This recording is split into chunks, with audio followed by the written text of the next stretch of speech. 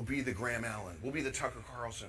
We'll be these individuals that have tapped into their life giftings and callings. You'll be there. So pray this with me. We're going to pray the first part of the Lord's Prayer. We'll end it with His will be done. So pray this, and as you pray, I'm just going to ask right now, Father, I know it's early in the morning on Monday, but Father, I thank you that you are here with all of us right now. That you know every single person that's here, that was going to be here, that's listening or even listening from the recording, that you know, and you have something special for them this morning that will change the course of their future forever. So I release that right now for every single heart in here. Make us hungry. Make us thirsty to know your plan, your will for our life. In Jesus' name. Repeat after me. Our Father, who is in heaven, holy is your name.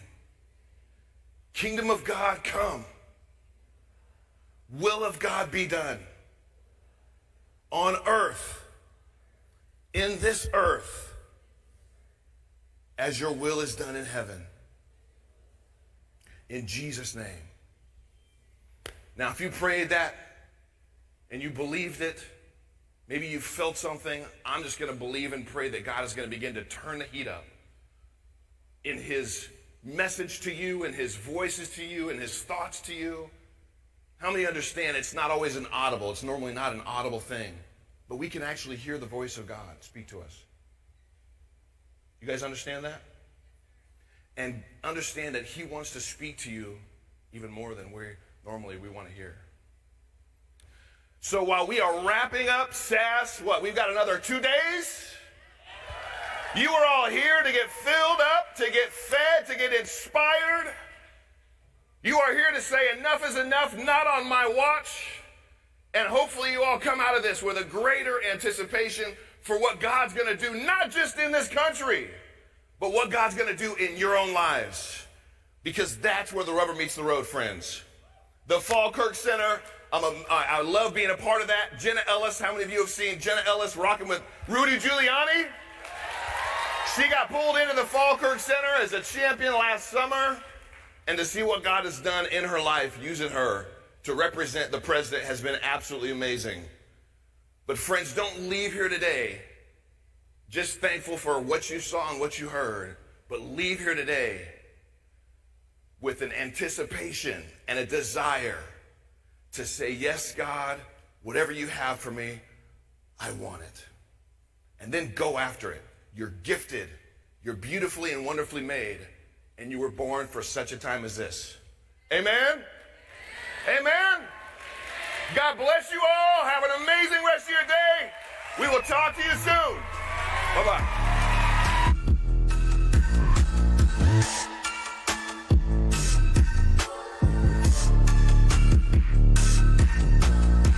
Hey everybody, I hope you're enjoying this amazing conference. Look around. Not easy to pull off a conference like this. In fact, it's made possible by you. And if you're enjoying the programming, whether you're here in Palm Beach or online, and you're saying to yourself, I want to help, the place to help is tpusa.com/donate. Tax deductible battle fund to save the country. Made possible thanks to all of you amazing patriots out there. And now, the next speaker.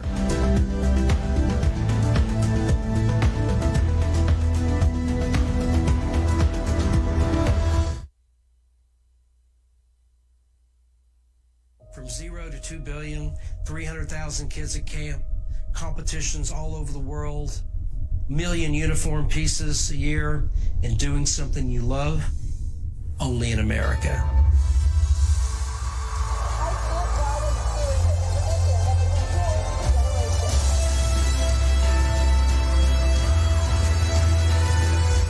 Jeff Webb is kind of the personification of the American dream. I'm joined now by Jeff Webb, who is the founder and creator of Varsity Spirit.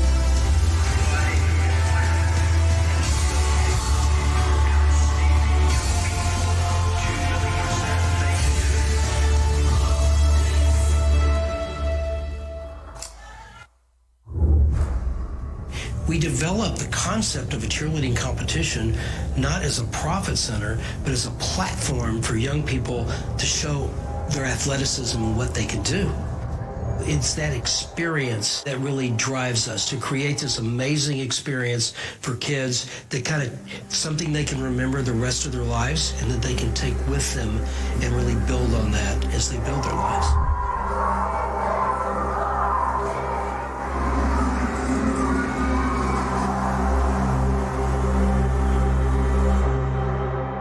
This is like a 3-day experience. These kids come in, they warm up, many stay right here in one of the hotels at Disney. And the idea here is not only do they have the benefits of the competition, but also they can have a great time. We created the sport and we helped create the market. We didn't get any money from the government, no grants or anything like that. We did it ourselves. It's been a labor of love, there's no doubt. We consider ourselves really the stewards of the sport. There was nobody else that could really have the kind of impact and influence and set rules like we could, because we were having all the only competitions. We were running most of the training in the camps. We started with 4,000 people and 24 instructors. Early on, we developed the first safety guidelines and safety rules for cheerleading, and that was, frankly, we were developing cheerleading as you see it today as we went along. Our culture became one of, because we were young and because we were the small company in the industry and we had to fight and claw and we had something to prove and we were all about the same age and we were good friends, it created this kind of egalitarian feeling where everybody was one for all and all for one, and we refused to lose. We got to a point where we were creating this whole new sport with all these incredible stunts and acrobatics, and people were going crazy for it, and there was no uniforms that really would work for that. We actually had to get into the uniform business. We needed to have that type of apparel to be able to do what we do and have our students do that. So we created a uniform line, which eventually became the biggest profit generator for the company. So once we had the camps going, the competitions going, and the uniforms, our concept was to have the #1 position in each one of those and then to cross-market between them. It created a very powerful franchise. It propelled double-digit growth for over 20 years and built, I think, what's a pretty amazing company. So when cable really began to get launched, I had a friend that we were working with in production of our shows that left to go to work for this upstart cable company in Bristol, Connecticut, called ESPN. ESPN was only in 4 million homes when we joined them.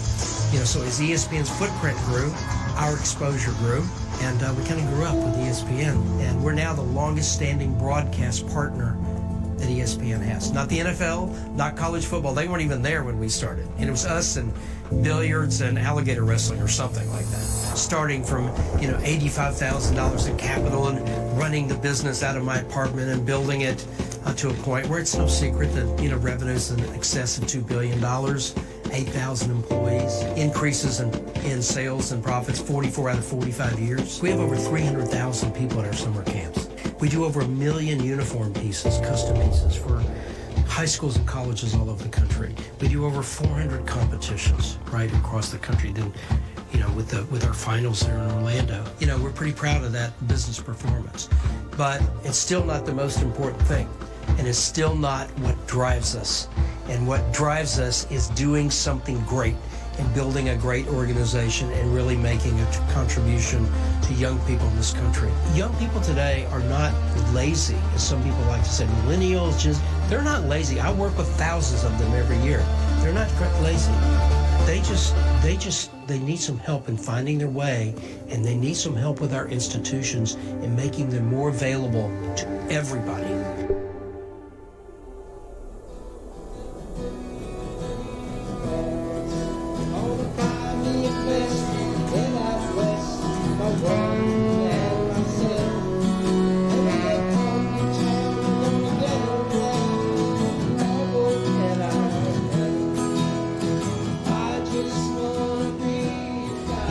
father gave his 3 children a great gift, and that's an appreciation and respect for the outdoors. And for me, that's really my recreation. I've been fortunate enough with the success of the company to be able to acquire land. We're here at Mallard Point Lodge in Brinkley, Arkansas, 700 acres of incredible duck and goose hunting, and just a great environment to have a lot of fun and entertain friends and family. So during the wintertime, some of the greatest duck and goose hunting in the country, only in America.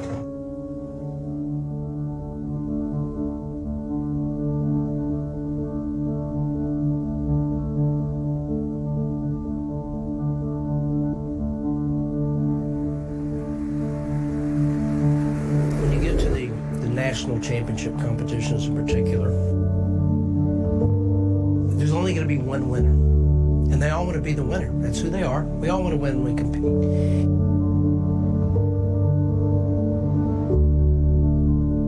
I want to put them in a position where they appreciate where they are and what a tribute they are by being there.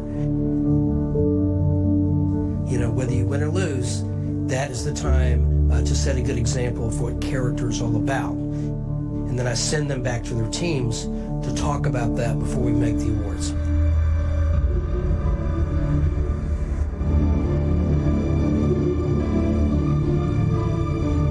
Cheerleading teams are interesting because they're leaders in the school, and they're responsible for creating or generating or complementing what we call school spirit. We teach them that their job is to recognize everybody, not just the athletes. You know, people in choir, people in the band, people who excel academically. Trying to create a place for everybody. That's what school spirit is. It's this kind of emotional connective tissue, if you will. But when you blow that up, then it also becomes community spirit. And a lot of these kids are involved in their communities. And then beyond that, think about it, it really is what we need in America. It's a place for everybody to feel like they can do something, they can contribute, and be appreciated. Only in America can you take a 24-year-old kid with an idea and a dream, be able to scrabble together a little bit of money, attract young people that really want to make a difference and do something great, build a great organization and a great company over 40 years.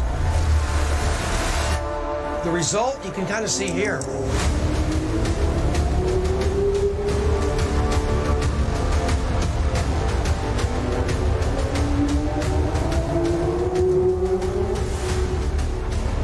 To take a small concept, expand it globally so that millions of young people around the world can participate and enjoy it, that only starts in America. For me and my entire organization, it's always been about inspiring these young people to be the very best for their schools and their communities. They are the future leaders of America.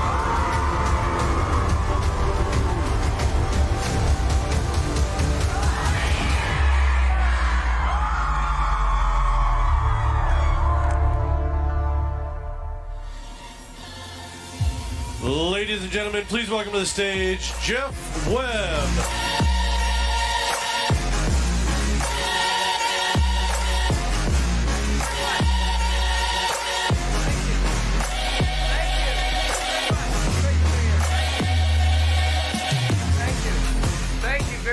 Thank you very much. It is great to be here with you. I was able to finally get into town this morning. I've been watching some of the conference through live stream. It's just been unbelievable, the speakers and the message and this at this really important time. I'm going to have a little change of pace for you, obviously. First of all, thanks to Charlie Kirk and the TP USA team for producing that great documentary and video. It's very humbling, and I appreciate it very much. Thank you. When Charlie and I first got to know each other, and he asked me to speak at a conference, the first conference I spoke at a couple of years ago, I said to him, "Hey, Charlie, look, why Why me? What do they want to hear from me? I mean, I'm not a politician. You know, I'm not somebody on Fox News or something like that. And he said, Jeff, I know your story. You know, you started this great company that you built, you know, really from nothing. He said 40%, when we do the polling, 40% of this generation, your generation, say they want to start and run and build their own company. 40%, which just totally blew me away. So let me just ask you, how many of you have thought about that? You're thinking you might want to do that someday? Yeah, okay, all right, great. So the video you saw shows kind of what the company is now. It talks a little bit about how we built it, but it talks about what it is now and its reach and what it's doing. What I want to do, since some of you are thinking you might want to start your own business or your own nonprofit or your own organization, whatever, what I want to do is talk about the hard part. Talk about the early days, what it takes to get there, to build kind of a world-class enterprise. And all of this, of course, just my opinion. You know, when I started the company, first of all, I have very much a middle-class background. I grew up in Dallas, Texas. I grew up in a small house. I went to public school. Both of my parents worked real hard to make ends meet. And I was fortunate enough to take some of that experience and then turn it into the effort that became Varsity Spirit. But I started like that. And when I was, when I was 24 years old, I'd just been out of college a little bit and been a cheerleader at Oklahoma and Boomer Sooner. And you know, so what am I going to do with my life? Do I want to, go to work for a big company? And in the back of my mind, this voice kept saying, you know, you have this idea of changing things and adding athleticism and entertainment to this student leadership position. You know, go for it. Make it happen. Do it. If you don't, you'll look back and always wish that you had tried. So, stupid enough as I was at that point, and with no money, I raised a little bit of money from family and friends, and went to some of my good friends who were former or current college cheerleaders and told them what I wanted to do and start this new company. And then I couldn't guarantee that we'd make it or I'd be able to pay them very much. And, you know, they all said, let's go try it. We set up our first world headquarters. That was the second bedroom of my apartment in Memphis, Tennessee. And started to run these promotional free clinics where we would teach high school teams in these localities how to do the new stunts and all the new things that we would develop so it could really transform their team and their look and what they would do in their school. So we're doing all these free clinics. We finally get to the point, and the idea was to get those teams to come back to our summer camps where they'd actually pay money and we'd have a business. We got to the point where we'd done all these free clinics and we had run completely out of money. Done. All the way through the small amount of money I'd raised. We had no camp registrations. So believe me, at 24 years old, for the first time in my life, I am staring failure straight in the face, right? I'm going to have to go tell all my friends, thanks for the effort, but it didn't work, right? It was a bad feeling. The next day when I was going to actually break the news, we started getting in camp registrations. And people started registering and sending money, and we were barely able to make it. So varsity didn't start out like it is now. It started out there, and with me looking over the cliff, hoping we'd make it. Another kind of tough thing, because I think as you start an organization, if you're going to want to run a company and build it, you're going to have all these challenges, and especially at the front end. You know, you saw our uniform business, and we talked about why we did that. So let me tell you this. So 4 years after we finally able to get everything going, decided we're going to get in the uniform business. Our customers wanted it. I went out, we did designs, we put out a catalog. There was no internet then. And I got a partner, a strategic partner, a uniform manufacturing company. They did basketball and baseball. They were in Chattanooga, Tennessee. We got our orders. We invested all our money that we'd saved up. We got the orders. We sent them to the manufacturer. They're supposed to go out to our customers in 4 weeks. 4 weeks comes and goes. 8 weeks comes and goes. Finally, he calls me up and said, we're bankrupt. We can't get the uniforms out. So I'm staring at failure straight in the face again for the second time as we built that. We were able, through a contact, to find a gentleman in North Carolina who'd run a sweater factory, always wanted to have his own company. I set up a cutting table and 2 sewing machines in his basement, and he got those uniforms out. And then now, of course, we have 4 plants and we do 1 million pieces and so on. But it was a close call. It was a close call. The third thing that happened, you saw our competitions were kind of featured here. We kind of came up with a concept of a modern day cheerleading competition. And the idea was not that we saw this great way to make extra money. It was to showcase these great athletes and our style and get people to pay us to come to them. We didn't have any money. And so I said, we're going to do this. We're going to invite the top 20 teams that we know, and we're going to do it at Disney World because it's going to be fun and it'll be great with their brand. I go to Disney, I make the big presentation. They promptly showed me the door and said, we don't do concepts. Done. I thought, well, that's it. We were able to get a break and do it at SeaWorld, and now, of course, the competitions have blown up and they're on ESPN and so on. But the point I'm trying to make here to you is that if you want to start something and if you want to build something, there's going to be a lot of hard times. And let me give you what I think are just some of the things that I learned so you can kind of put this in the back of your mind. First of all, don't do it just for the money. Don't do it for the money. Do something. I'm not saying people say do something you love. I'm not so sure love is the right term. Do something you believe in. Do something you believe in. And if you do it the right way, the money will come. Success in your life, your ability to do what you want to do. Find something that you believe in and that you're willing to commit to. Secondly, expect a lot of hard work. And third, expect to be overcoming failure like I just told you about, because you will have it. You will have it. And the next thing is building your culture. As a leader of any organization, I believe that the most important thing is to set a good example. And by that, I see too many times where leaders of companies or organizations are sitting up here, their staff is doing this, all right? You don't see that here. You see Charlie Kirk in the middle of everything, right? He's a great leader. He's a great leader. Get your hands dirty. Be one of them. Yes, you're the leader, but you're also on the team, okay? Set the example and create an environment where people want to hook their star to what your vision is. And to do that, you've got to be a tough competitor. You've got to show them what winning looks like, but then you also have to have a big heart for them and be generous and bring them along and share in your success. If you do these things, don't worry about, listen, people talk about starting a company and they go, well, at Harvard Business School, we say we have to have customer analysis and market surveys and this detailed business plan. You know what? That's a bunch of bull, right? It's a bunch of bull. Blah, blah, blah, okay? Those are commodities. They're not the secret sauce.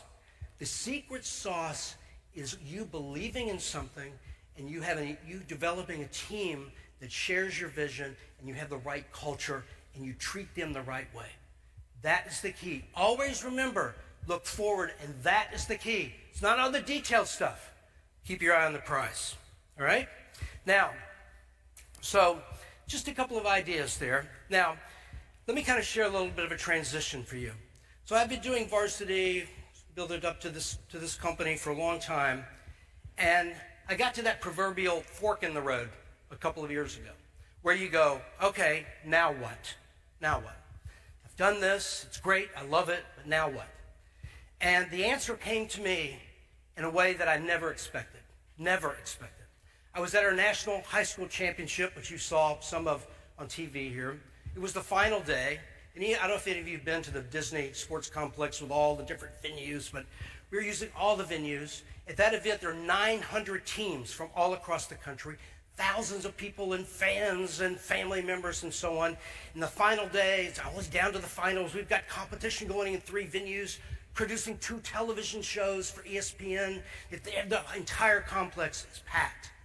We get close to the end, and I step outside from one of the arenas where we're doing television onto this big practice field, and the lights are there, the teams are practicing, their little brothers and sisters are running around having fun. I look and I see our staff and what they're doing, all these young people who are pulling off this amazing event, and all of a sudden, I had this amazing feeling, and it just came over me.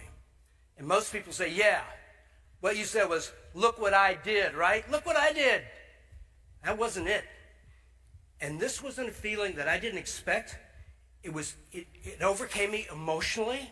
I'd never felt anything like it before. And the feeling was, how lucky am I? How lucky am I? How blessed am I to have had the opportunity, middle-class kid from Texas, to build this organization, to lead it, to have all these great young people hook their star to what I wanted to do because they believed in it and give it their effort over all these years, and to be able to create these great experiences and happy times for all these young people. How lucky am I? And the next part of it was, what do I do with that? And so as I processed that epiphany moment over the next couple of months and said, you know what I need to do, because I have had young people all the way through make up a very important part of the company, I need to find something to make the same opportunity for them. The next generation, what can I do to make sure those people that have a dream and they want to do something great, no matter how big, but something great, how can I make sure they have that opportunity?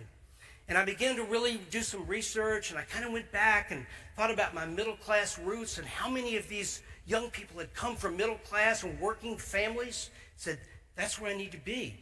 And I did the research, and let me tell you what I found out about what's happened to the middle class in this country. So today, well, this is pre-pandemic, which now it's even worse, 40% of American workers live paycheck to paycheck. They don't have any money for a rainy day, for a family illness. They're living paycheck to paycheck, 40%. Their average unpaid credit card debt every month that they can't pay off, $7,000. Their kids have come home from college. They got a mountain of student debt. They can't find a job that pays them enough to live independently. Their health care costs have gone up, and they've lost the one thing that the middle class had for generations in this country, and that is a secure job, all right? They don't have that job security. That's a hell of a mess. It's a hell of a mess. And then I thought about, well, how did this happen? What really happened here to create this? And let me tell you what I found in my research. Excessive government regulation. You've heard people talk about that over the last couple of days, where they make it tough to start a business and hire people and do new things. A tax code that is totally unfair to the middle class. Don't let anybody kid you. The middle class pays the great majority of taxes in this country, right?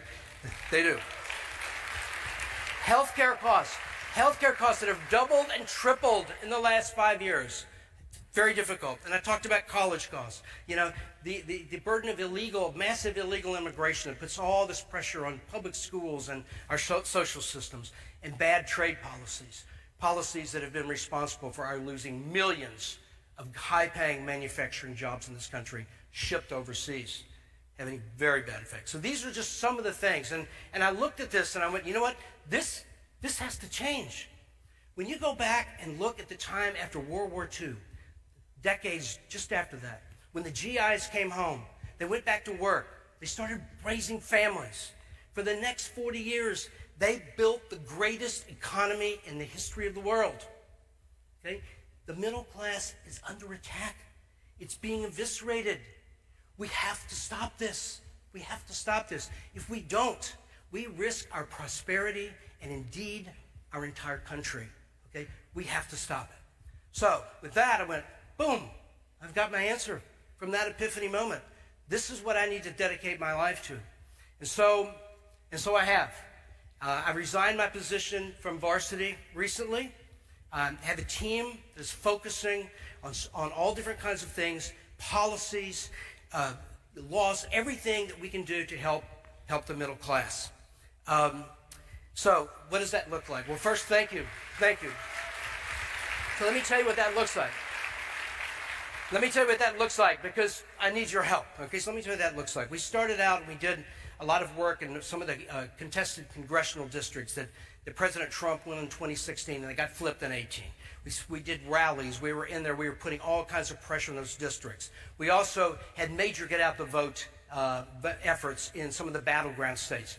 I think in all these things, we moved the needle through our organization, American Populist. And then the next thing I did after doing all that research and learning all that stuff, I said, I've got to put this down so people see it and understand it. The result was the book that I think some of you have on your chairs called American Restoration. I'm not hawking the book. It's free for you today, I think, compliments of Turning Point. And the subtitle is, thank you, the subtitle is How to Unshackle the great middle class, all right? And in this book, you're going to find we address some of the issues I talked about earlier. We address what needs to be done about fair trade and bringing these jobs back, and especially to these Midwest towns where the result of these jobs leaving is high unemployment, high drug use, and increased suicide, okay? This has to be turned around. It has to be turned around. That's the first thing with the book. In that book, we address all these kinds of things, but let me tell you just a couple of examples, all right? First, I found that, the one thing that underpins all these problems? You've heard a little bit about it in the last few weeks. Political corruption. I know there was some corruption. I had no idea how this manifests itself in our country. It's the obvious things like, you can say, buying votes, or, can't imagine where that would happen, right? In this day and age. Things like that. Somebody being paid off to give a company a special break in the tax code, okay? I call that, it's illegal corruption. There's also, what I found in the political world, legal corruption, okay? What does that mean? Well, let me give you an example of that. Let's just say the federal government and our Congress decide we are going to invest this year in these clean energy projects that will benefit everybody, okay? It's going to be wind turbines, and it's going to be solar farms, and it's going to be billions and billions of dollars, and they appropriate the money for that. Okay? Then it goes to the government agency, and now companies make their pitch to be selected. Well, here's what you need to do next time you see that. Look who represents those companies. Look who's on the board of directors. Look who benefits, who wins the contract and benefits from all those billions of dollars. And you'll find family members of congressmen and bureaucrats. That's what you're going to find, all right? I give you Biden Inc., if you know what I'm talking about, right? Right? So, another issue that I think that we deal with quite a bit in this book that I think really affects you, and I bet you're interested in this is the endless foreign wars, as they're called now. When I was growing up, I remember a time I was riding with my father. It's a long time ago, and it was the Vietnam War was just getting started, and I was listening. I was 10 years old. I was listening to the radio, and they were talking about our troops doing this. And I asked, I said, Dad, my father was a man's man, grew up as a working cowboy in Texas. But we were talking, and I said, why are our soldiers there? He said, son, sometimes you just have to draw a line. Well, 10-year-old kid, that sounded pretty good, right? Yeah, tough. It kind of made me a hawk for most of the rest of my life. And then, a few years ago, I was talking to my son, my young millennial son, and we were talking about what was happening in Afghanistan and Iraq, and I was giving him the hawks, the hawk grab. And he said, Dad, he's not a liberal, he's a libertarian, he's conservative. He said, Dad, do you realize in my entire conscious life, we've been at war? That's all I've known. Why? Boom. You're talking about an epiphany, right? So the more I looked at it, it's like, well, yeah, you're right. Why? What is the mission? Why do we still have thousands of troops? And thank God President Trump is bringing these troops home, right? Believe me when I tell you, it's not the sons and daughters of the wealthy elite and the Hollywood moguls that die on the sands in the Middle East. It's the sons and daughters of the middle and working people, middle class and working people in this country. So I developed as part of this book what I call Webb's imperative, and it's this. I say, if you're in a position where you're making a decision about war, if the cause of the war in which you're prepared to send someone else's child to risk their life, and you are not prepared to send your child to risk their life, don't do it. Period. Don't do it. So these are some of the issues. These are some of the issues that we talk about in the book and how the middle class is affected. And I hope you'll take a look at it and join the cause. I've also tried to. On my team and I are also joining with Will Chamberlain and the Human Events, which is a great digital media platform. I hope you're aware of it. If you're not, take a look at it. We're gonna great, very intellectual opinion pieces, conservative. We're adding a news division to kind of complement that. It's a lot of excitement. And then I've just founded something called Middle Class Warriors, which I hope you'll look at. And this is an organization designed to really drive policy in this country that underpins the well-being of the middle class. This is something that I believe in. I'm going to put the same effort here that I did in building Varsity. You know, I talked to you at the very beginning about find something you believe in to build an organization. I've done that here. And I hope you'll take a look at it and join in. We definitely need you. And let me leave you with one last thing here. My generation, generations before you, have left you with some significant challenges. We're going to. They're real. Okay? When I was growing up, I just had to worry about, you know, going to school, maybe playing a few sports, what kind of part-time job I can get. I didn't have to worry about people trying to take away my personal freedoms like you do. I didn't have to worry about, you know, things like this economy and the challenges there. I didn't have to worry about a multi-trillion-dollar debt that you're going to be left with to deal with. You're going to be left to deal with it. I mean, these are significant problems. But the younger people, the young generations in this country have always risen to the occasion. Always. You are no different. You're no different. You know there's a fight. You're involved. You're here. You recognize it and you're willing to fight. And it is a fight worth fighting. So, yes. So, I know and I agree with so many of the speakers that have come before and talked about, you know, what's happened to us in the election and how this can't stand, and, you know, some of the other immediate things, what's happening, how some of the Democrats are using using COVID for all these kind of repressive policies. But I agree with that. But what I'm talking about here today is the long game. These are going to be things, these are issues that will be here for a long time. And you know what? Together, we can make a difference. So I want to tell you, first of all, how proud I am of you, how great it is for you to be here, and also how much I appreciate being here with you. You are always so inspirational to me. Thank you very much. Thank you. Thank you. Thank you.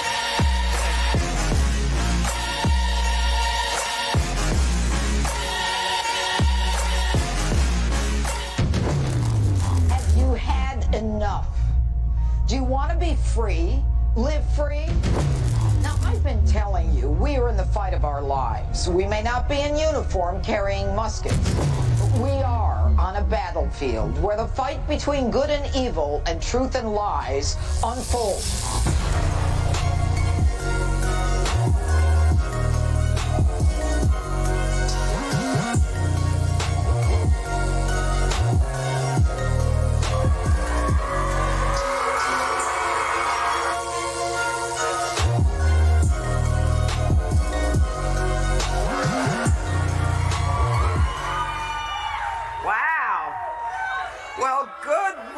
Everyone.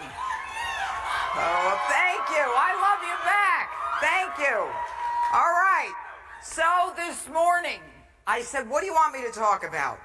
They said, how about COVID? And I said, COVID? And they said, well, maybe you can make it exciting. So here goes COVID. The first thing I want you to remember is the last thing I want you to remember.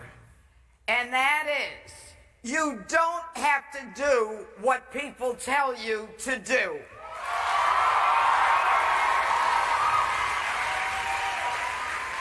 And therein we start. So the pandemic comes, yes, from China, all right? And if you look at what they've done to us, I think it's quite clear of the impact that this virus has had on the United States of America. The impact of this virus has been economic, it has been financial, political, physical, emotional. It is across the board. It has affected every aspect of our lives. And it has taken from Donald Trump the crown jewel of his 4 years. And that crown jewel was an economy, the best economy that the United States of America had ever seen, without a doubt. And don't let anyone ever tell you that's not true. And the only way to make people question Donald Trump was to take away the crown jewel. Now, I'm not saying that it was necessarily intentional, but what I am saying is that what has happened as a result has been destructive. It has destroyed America's economy. Will there be a tomorrow? Absolutely. We are Americans. We are born of a revolution. It is in our DNA. It is who we are. And they will never stop us. Never. Now, I want you to remember that it is emotional bullying that they have used against us.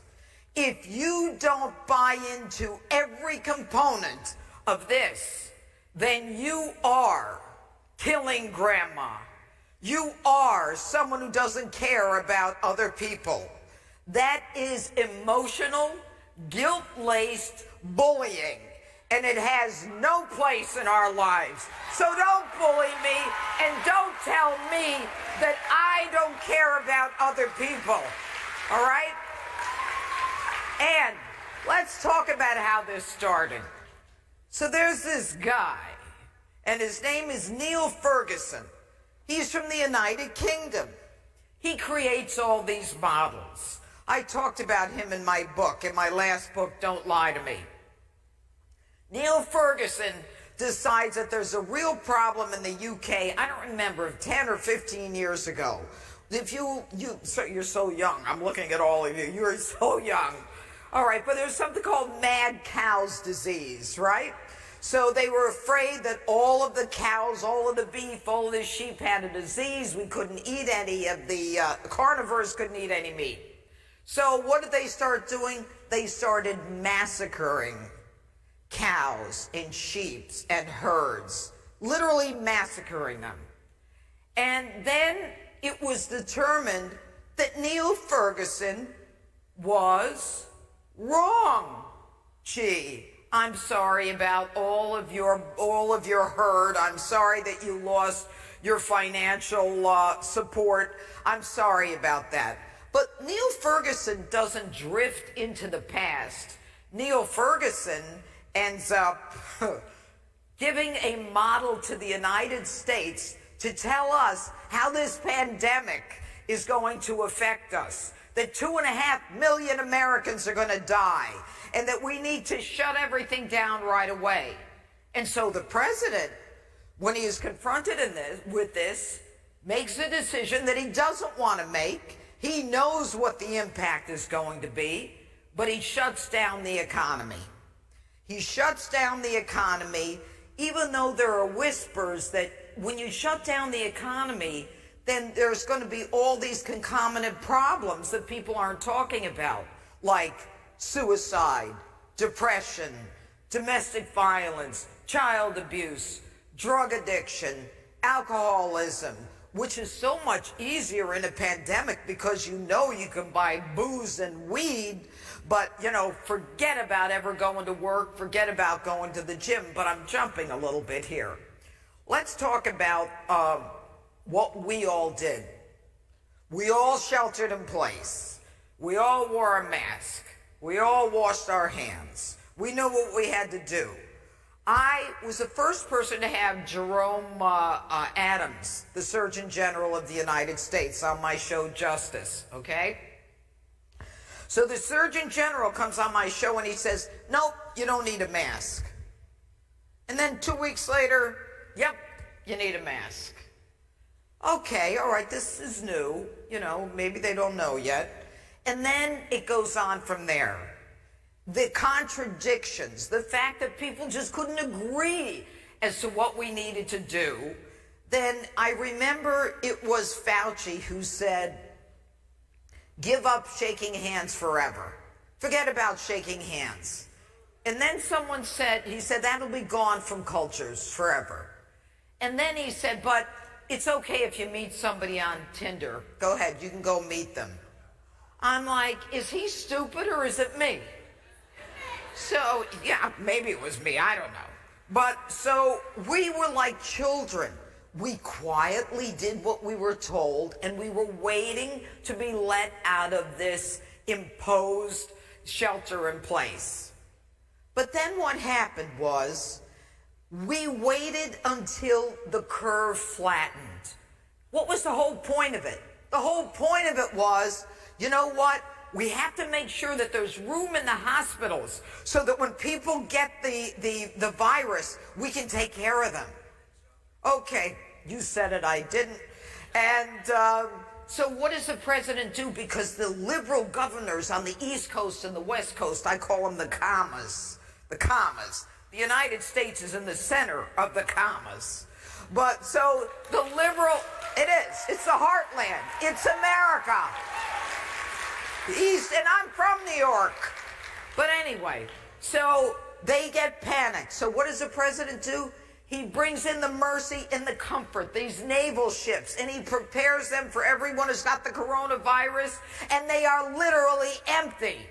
Maybe 20 patients, maybe, empty for months.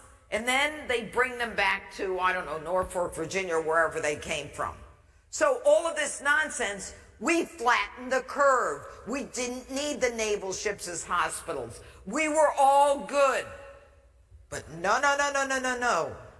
The totalitarian instinct runs very strong in liberal governors.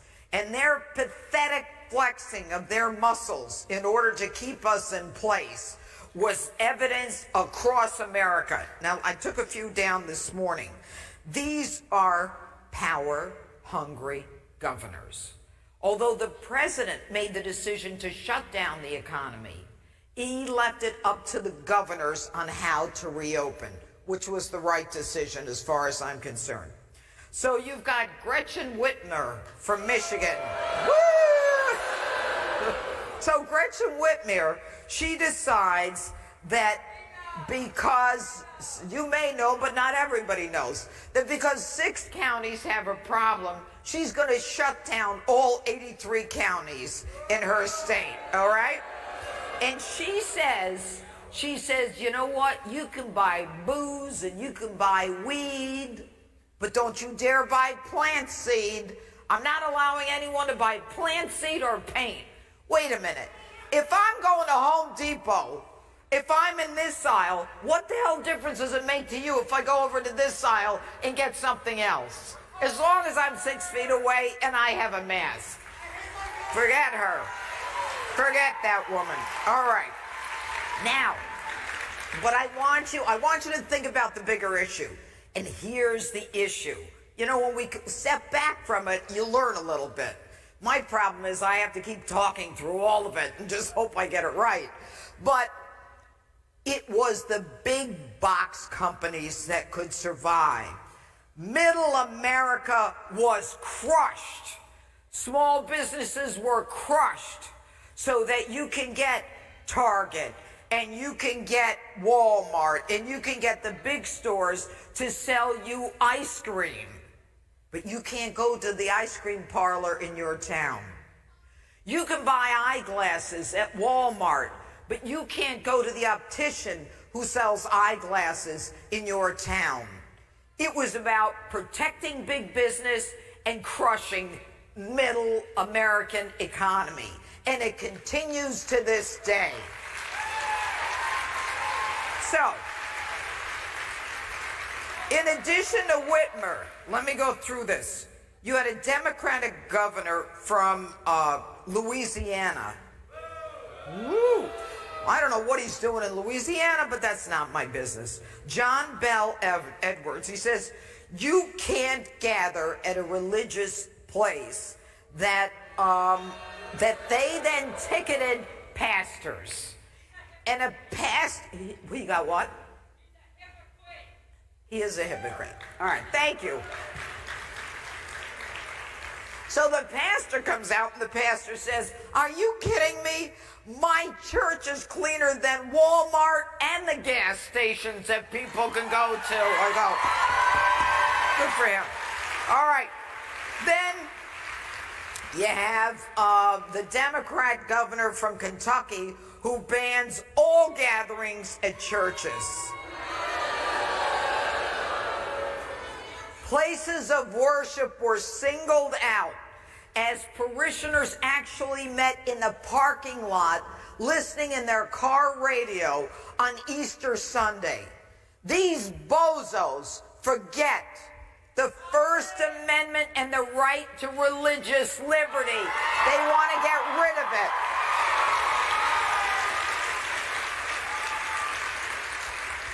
And the same in Wisconsin, and the same in New York, and the same in California.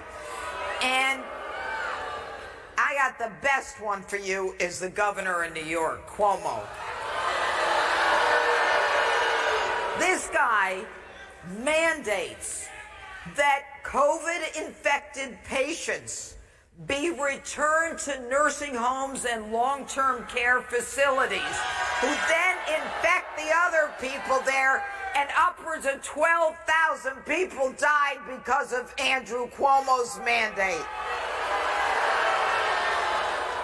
So as people dying, they were dying in these nursing homes, family couldn't visit, and family couldn't go to a funeral. It was the most gut-wrenching part of all of this. And the mayor in New York City, de Blasio, who's a dumber bozo than Cuomo, he is targeting Jewish funerals. Don't you dare get together for a Jewish funeral. It is a devolution. It is a destruction, or an attempted destruction of the First Amendment. And that you will see across the board whenever there's a pandemic. And the important thing for you to remember is that government has a place in your life, but government cannot control your life. Government cannot tell you what to say, when to say it, how to say it, and where to say it. Government cannot tell you if you can go to church, or how many of you can go to church, or whether you can respect God. Government does not have that right. Those rights are natural rights. We get them from God. The government doesn't give us those rights. And don't you ever forget that. Ever. Now,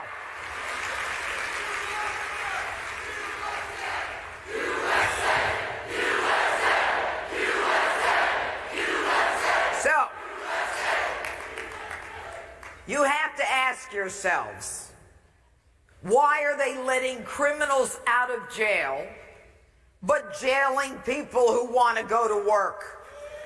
Why are they letting felons out en masse who come out and commit other crimes? We can prove it. We've got the evidence. We've got the facts. They don't care. They don't care about crime, but they want to arrest the hairdresser in Louisiana. They want to arrest the guy in Staten Island who's got a little pub that is 20 feet away from the part of the city that can stay open, but they want to crush him. You have to ask, is this a socialist dream? Is this a dream on the part of Democrats to impose socialism on the United States, to crush the middle class, to tell you you can only buy food when we tell you you can buy food, and you can't have a job, ergo you must rely on the government for money to buy food for your family? That's the question that you have to ask. Is that what is going on in America today? And as they defund the police, as they have the unmitigated goal to defund the police. Now, I don't know if you know my background. I've been a prosecutor, a judge, and a DA for over 3 decades. All right? I started the first domestic violence unit in the nation as a young prosecutor. I fought for battered women. I fought for abused children. I went across this country setting up programs like mine in prosecutors' offices around America. For me, law and order is a virtue. It is not something to be taken lightly. And when they are involved in defunding the police, they are involved in the destruction of society. We are no longer a civilized society where police are defunded. And yet their job is to literally, this bimbo from Oregon, Kate Brown, okay? That governor actually says, well, you know, on Thanksgiving, if your neighbors have too many people at their dinner table, you might want to call the police the way you do when the music is too loud. Hey, idiot, what if I have 7 kids? Shall I throw one outside because you're only allowing 6 at the dinner table for Thanksgiving? Are you stupid?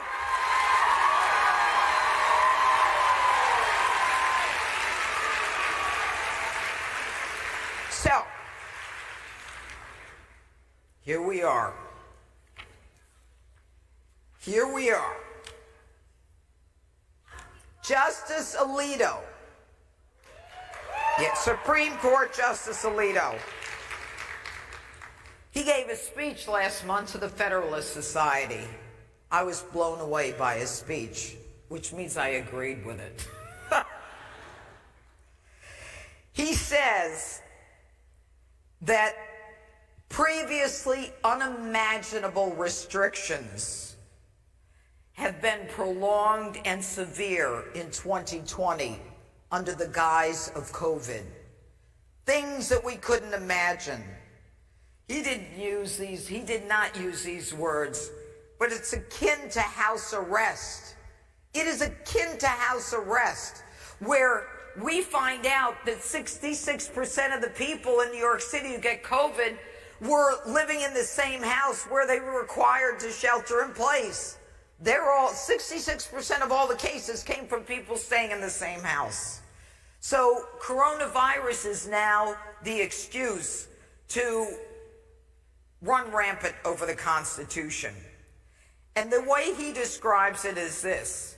He says, we have never before seen restrictions as severe, extensive, and prolonged. And he says that the right of freedom of speech has been impacted. Now, I can tell you that myself. Freedom of speech was impacted 4 years ago before Donald Trump became president. If you don't say politically correct things, if you don't say terms the way people want you to say them, then you are denied your right to free speech. That is a denial of your First Amendment rights, and it is just plain wrong.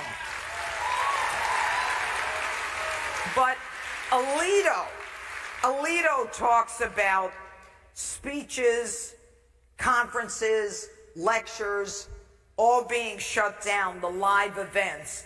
And he talks about churches, synagogues, and mosques being closed or forced to be closed. He talks about the courts being closed because of the coronavirus. You're denied your right to a speedy trial.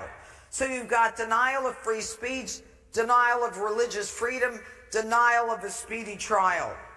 And he talks about that seminal case in Nevada. The case in Nevada where a pastor of the Calvary Chapel brought a lawsuit and said, they are limiting us to 49 people in my chapel. And the Supreme Court came down with a decision. The United States Supreme Court, this is before Amy Coney Barrett, although after what they did with the Texas case, I don't have a lot of faith in any of them, but that's another issue. I could talk about that all day, but we're not going to. So Gorsuch dissents from the majority opinion where they ruled, if you want to go to a multiplex theater, those 18 theater places, You want to go to a movie with all your friends? Have at it. You want to go to a casino? You want to play a little craps, a little blackjack? How about you hit the roulette wheel? Have at it. But don't you dare go to Calvary Chapel in more than 49 people. That is the United States Supreme Court. To me, it sounds like big business. The theaters, as well as the casinos, are winning with the courts where religious liberty, which is now the First Amendment, it is in the First Amendment, is losing. And even Gorsuch issued his dissent saying, nowhere in the world does Caesar's palace outlaw or outrule the Calvary Chapel. Chilling, chilling words.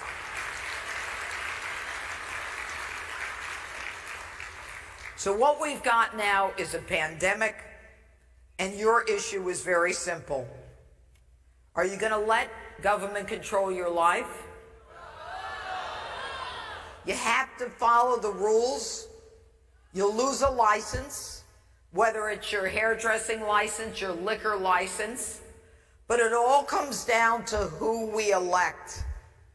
And COVID was used for the biggest thing that happened in 2020, and that was ballot harvesting. And it was the intent from H.R. number 3 in January of 2020, where they wanted to expand and extend voting rights that included ballot mail-in voting. If you can't see the bigger picture, then I can't explain it any more than this.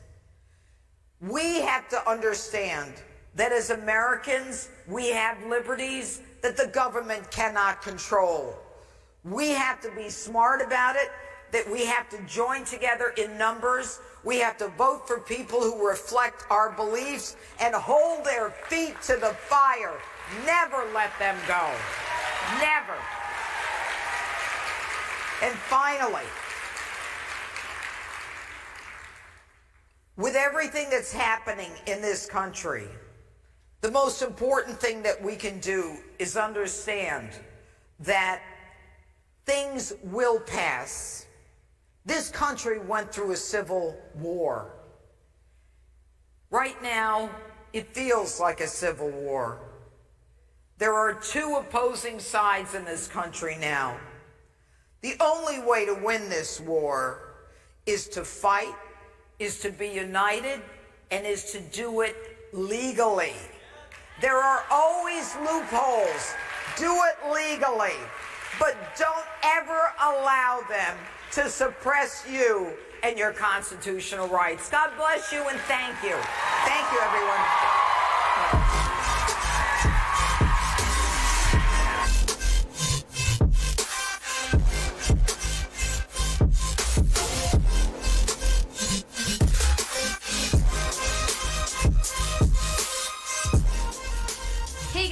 Isabel Brown, one of our TPUSA contributors. Thanks to your ongoing support of TPUSA, we can start new productions, new chapters at schools all over the country, and make events like SAS 2020 possible. You can make a year-end tax-deductible donation at tpusa.com/donate.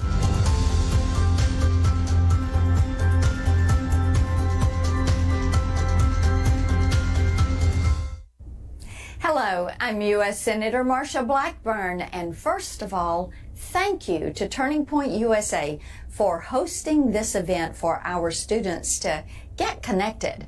And I have to tell you, I know this is going to be another successful event. It is just so important that you all of your generation get involved in the political process. The battles we're fighting today, they're all about you. And I was so encouraged by the support I saw from students like you all across this country in campaigning for President Donald Trump. Thank you for your efforts. And I hope, and kind of one of my Christmas wishes, is that you all are going to stay involved, because we need you in Georgia. Call your friends. Be sure they get out to vote. When we talk about the Georgia race, it really is a socialism versus freedom fight there in Georgia. You know, Chuck Schumer, who is trying to take the Senate, says that now he needs to go take Georgia, and then he's going to change America. And that's right. He wants to change America. So, what does that mean? It means that if Chuck Schumer and Nancy Pelosi are running the show on Capitol Hill, they are going to begin the process of turning America into a socialist nation. That's why he's fighting for two of the most liberal and radical Democrats I have ever seen. Radical liberal Raphael Warnock and trust fund socialist Jon Ossoff. They stand with Chuck Schumer, lockstep. And you know what? They've promised that they will be Chuck Schumer's agents of change. For example, radical liberal Raphael Warnock has criticized Israel, our strongest ally in the Middle East. He and Ossoff will work to cut funding to Israel and likely work to reverse the peace negotiations President Trump has worked so hard to secure. If elected, radical liberal Raphael Warnock and trust fund socialist Jon Ossoff will stand with Chuck Schumer, Nancy Pelosi, and AOC.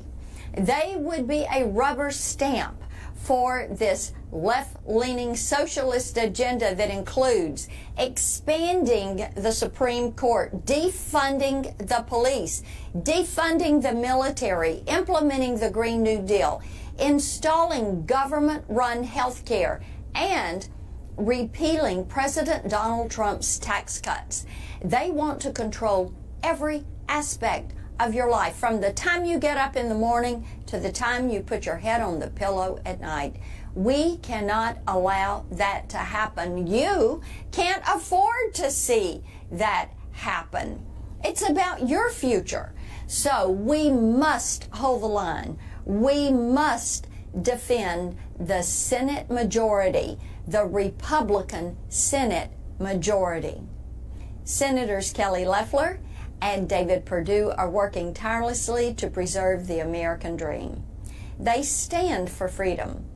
They fight to protect our God-given rights. They protect the Second Amendment, and they support our trusted ally, Israel.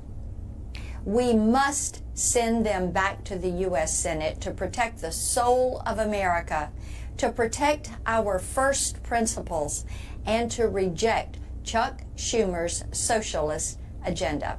Please help us spread the word. Get to all your friends in Georgia and let them know that early voting is happening now and that Election Day is January 5th, and we need their vote. And please visit gabattleground.com to volunteer, come help us knock on some doors, or to donate. Give your friends a Christmas present by making a donation to gabattleground.com. We must all come together and stop Chuck Schumer and Nancy Pelosi from advancing their socialist agenda. Oh, I've got to say thank you ever so much. I am so grateful for the opportunity to join you, and may God bless America. Hi, I'm Senator Rick Scott. I'm proud to welcome you all to the great state of Florida for Turning Point USA's Student Action Summit. It's amazing to see so many talented young people take an interest in public policy and the direction of our great nation. Our students are the future leaders of our state and nation, and your dedication is so important to our continued success. Always remember, a good education is a strong foundation for living your dreams. So keep studying and working hard. There's no limit to what you can accomplish. And as a United States Senator, I'll keep fighting to make sure you have the opportunity to live the American dream. Thank you.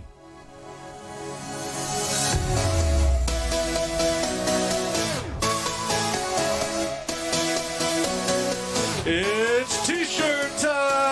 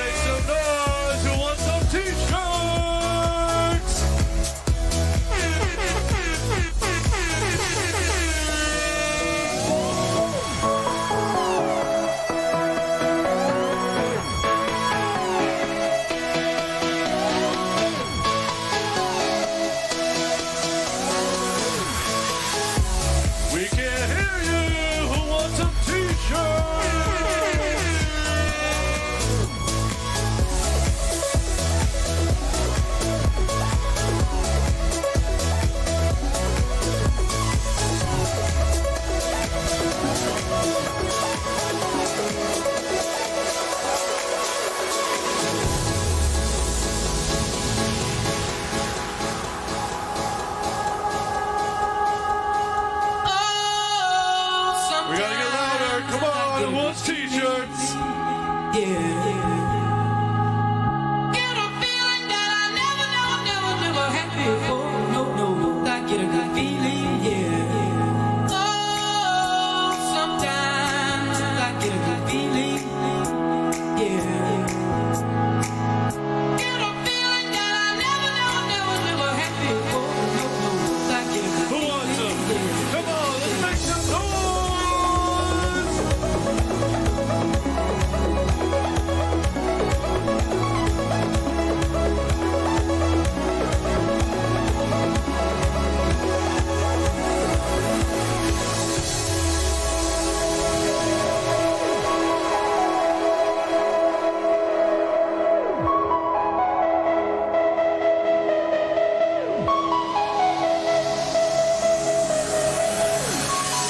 We're not done. We got more shirts. Come on, let's make some noise. Good hype in here.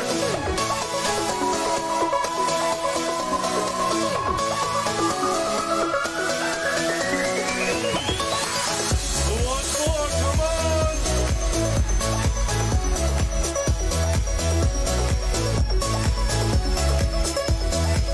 Left side, left side. Right side, right side. She can't hear you. Let's make some noise.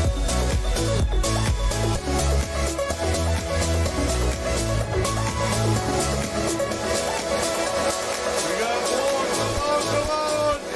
Come on, everybody looking for a dance floor to run on. If you wanna run away with me, I know a galaxy and I can take you for a ride. I had a premonition that we fell into a rhythm where the music don't stop for life. Glitter in the sky, glitter in my eyes, shining just the way you like. If you're feeling like you need a little bit of company, you met me at the perfect time. You want me, I want you, baby. My sugar boo, I'm levitating. The Milky Way. In the back, in the back. Yeah. I got you, moonlight, you're my starlight. I need you all night. Come on, dance with me. I'm levitating. You, moonlight, you're my starlight. I need you all night. Come on, dance with me. I'm levitating. I'm one of the greatest, ain't no debating on it. I'm still levitated, I'm heavily medicated. Ironic, I gave him love and they end up hating on me. She told me she loved me and she been waiting. Been fighting hard for your love and I'm running thin on my patience. Need someone to hug, even took it back to the basics. You see what you got me out here doing? Might have threw me off, but can't nobody stop the movement. Let's go. Left foot, right foot, levitating. Pop stars, do a leap with the baby. I had to lace my shoes for all the blessings I was chasing. If I ever slip, I fall into a better situation. So catch up, go put some cheese on it, get out and get your bread up. They always leave when you fall, but you run together. Weight of the world on my shoulders, I kept my head up. Now baby, stand up, cause girl, you want me, I want you, baby. Come on, let's make some noise. The Milky Way, we're renegading. Yeah. I got you, moonlight, you're my starlight. I need you all night. Come on, dance with me. I'm levitating. You, Who wants them? moonlight, you're my starlight. I need you all night. Come on, dance with me. I'm levitating. You can fly away with me tonight. You can fly away with me tonight. Baby, let me take you for a ride. Yeah. I'm levitating. You can fly away with me tonight. You can fly away with me tonight. Baby, let me take you for a ride. Yeah. It's like a rocket, watch it blast off. And I'm feeling so electric, that's so awesome. And even if I wanted to, I can't stop. Yeah. My love is like a rocket, watch it blast off. And I'm feeling so electric, that's my awesome. And even if I wanted to, I can't stop. Yeah. You want me, I want you, baby. My sugar boo, I'm levitating. The Milky Way, we're renegading. I got you, moonlight, you're my starlight. I need you all night. Come on, dance with me. I'm levitating. You can fly away with me tonight. You can fly away with me tonight. Baby, let me take you for a ride. Yeah. I'm levitating. You can fly away with me tonight. You can fly away with me tonight. Baby, let me take you for a ride. Yeah. I got you, moonlight, you're my starlight.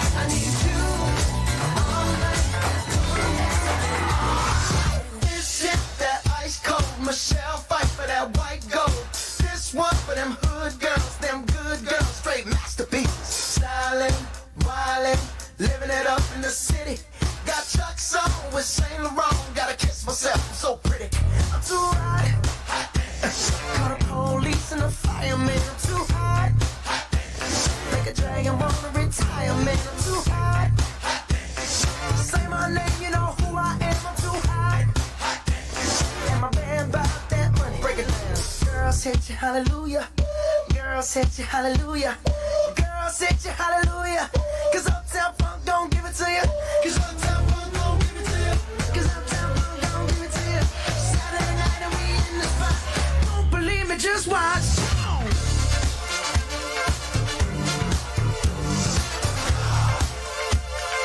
Don't believe me, just watch.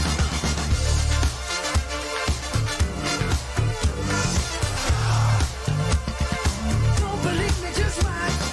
Don't believe me, just watch. Don't believe me, just watch. Don't believe me, just watch. Hey, hey, hey, oh!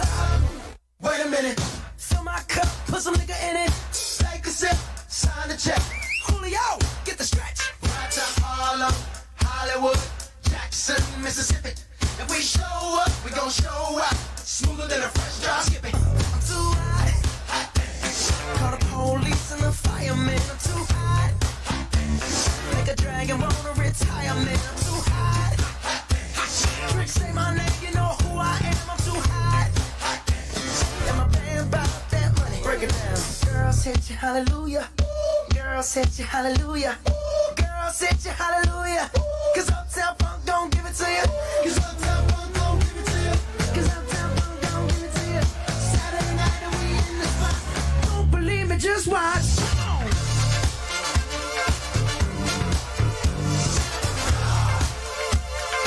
Don't believe me, just watch.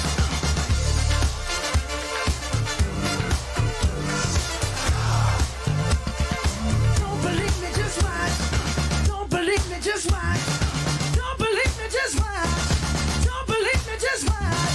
Hey, hey, hey, oh! Before we leave, let me tell y'all a little something. Uptown, funk you up. Uptown, funk you up. Uptown, funk you up.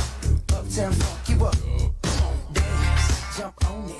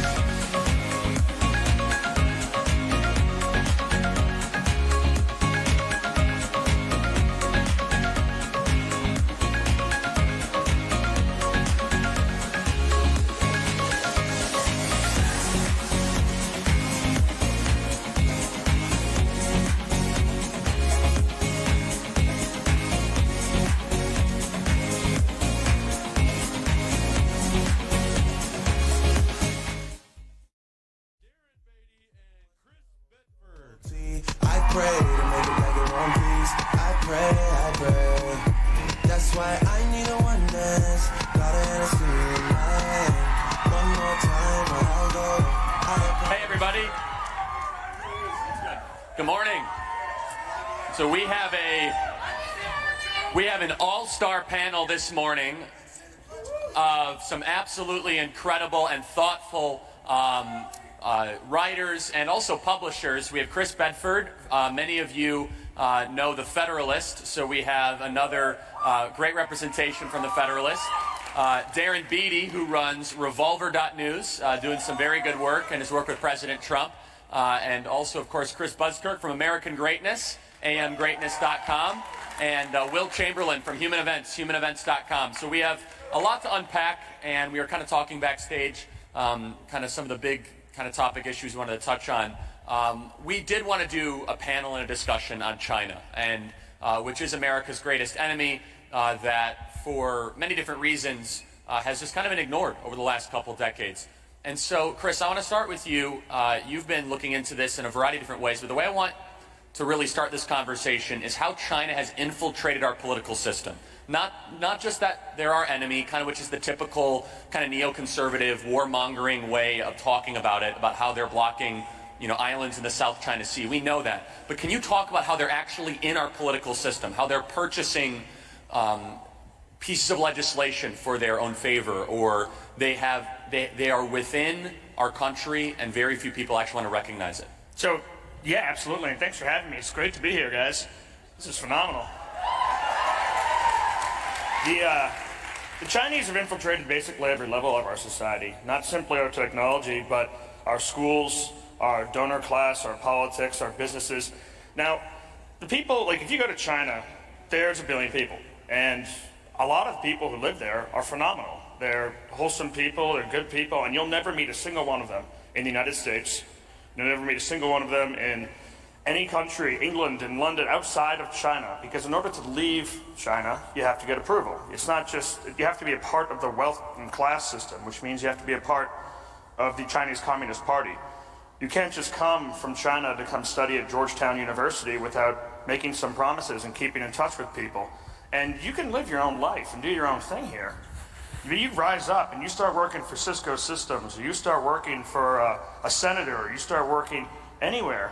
Eric Swalwell, exactly. They're going to come back and they're going to say, hey, remember us. And they can reach out and they can touch you. I've been out in California with people who are working with dissidents, Chinese dissidents, to expose what the government's doing. And they're coming into the hotel. The agents are sitting there at pool. They're getting tables next to him and his wife when they had dinner at night. Just constant levels of harassment.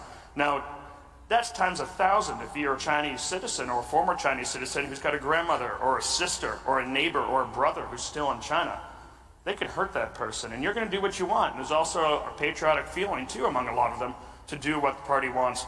They're throughout the entire country, all through the education systems. The schools are in on it. They make the money. The companies are in on it. They make the money. And that's a serious, serious issue we have to deal with as a country, and I'm not too bullish on it right now.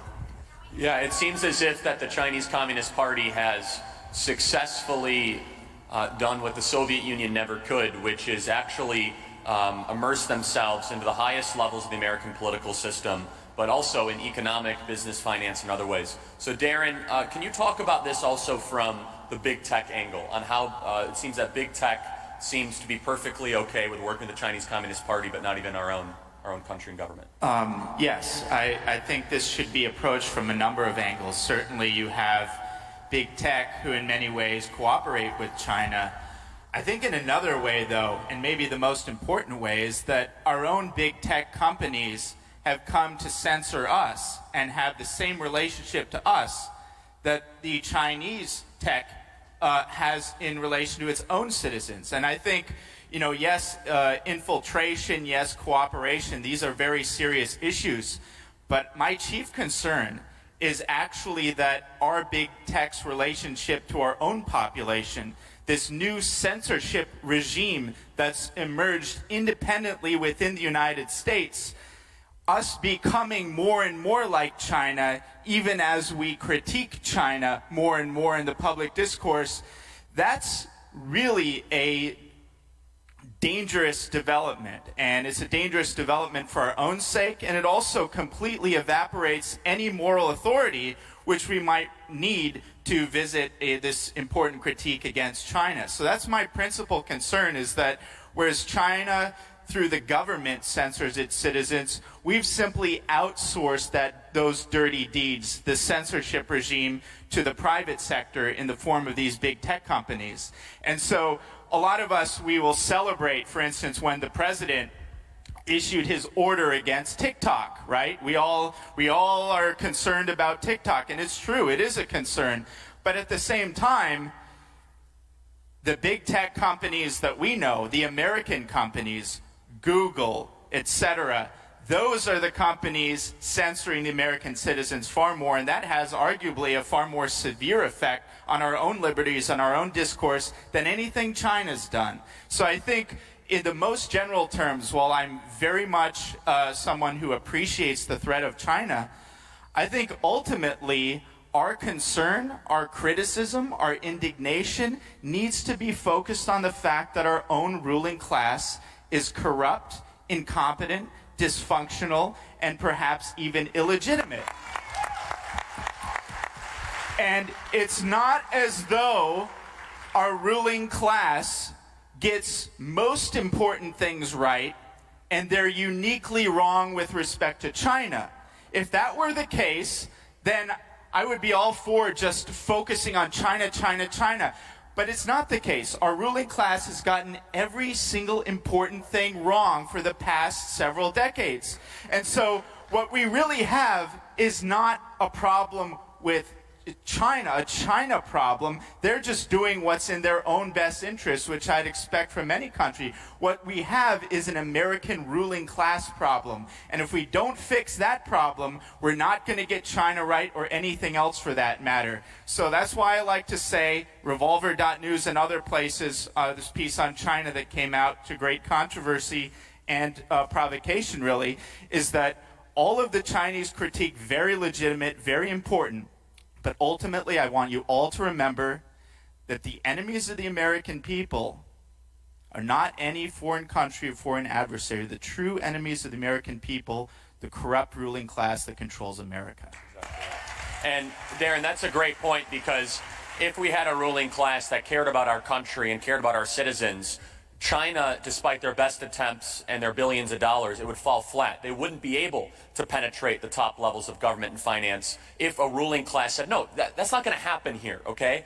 And we're going to take responsibility for this country. And I want to build that out more. But Chris, you've talked about this. I want to go this in two ways. I want you to talk about how, I don't know if you're able to talk about this publicly, about how you've been, let's just say, formulating an idea that we need better rulers, right? A better, more responsible ruling class. I know that you talked about maybe formulating that into a book. But also, I want you to also talk about something you and I have chatted about on our podcast, which is how some people on the right are, they're happy to talk about China, but they talk about it strictly, I believe, to just go basically expand the defense budget, not in terms of economic or culture, but they see this almost as the next frontier to be able to kind of feed the war incorporated beast. So if you could unpack those two things. Yeah, no, I'd be happy to. And a lot of what I say is going to have some similar themes to what Darren was just talking about. But my critique, I think, is focused on the right in a certain sense. It's kind of like we got to keep our own house in order before we think about what the American left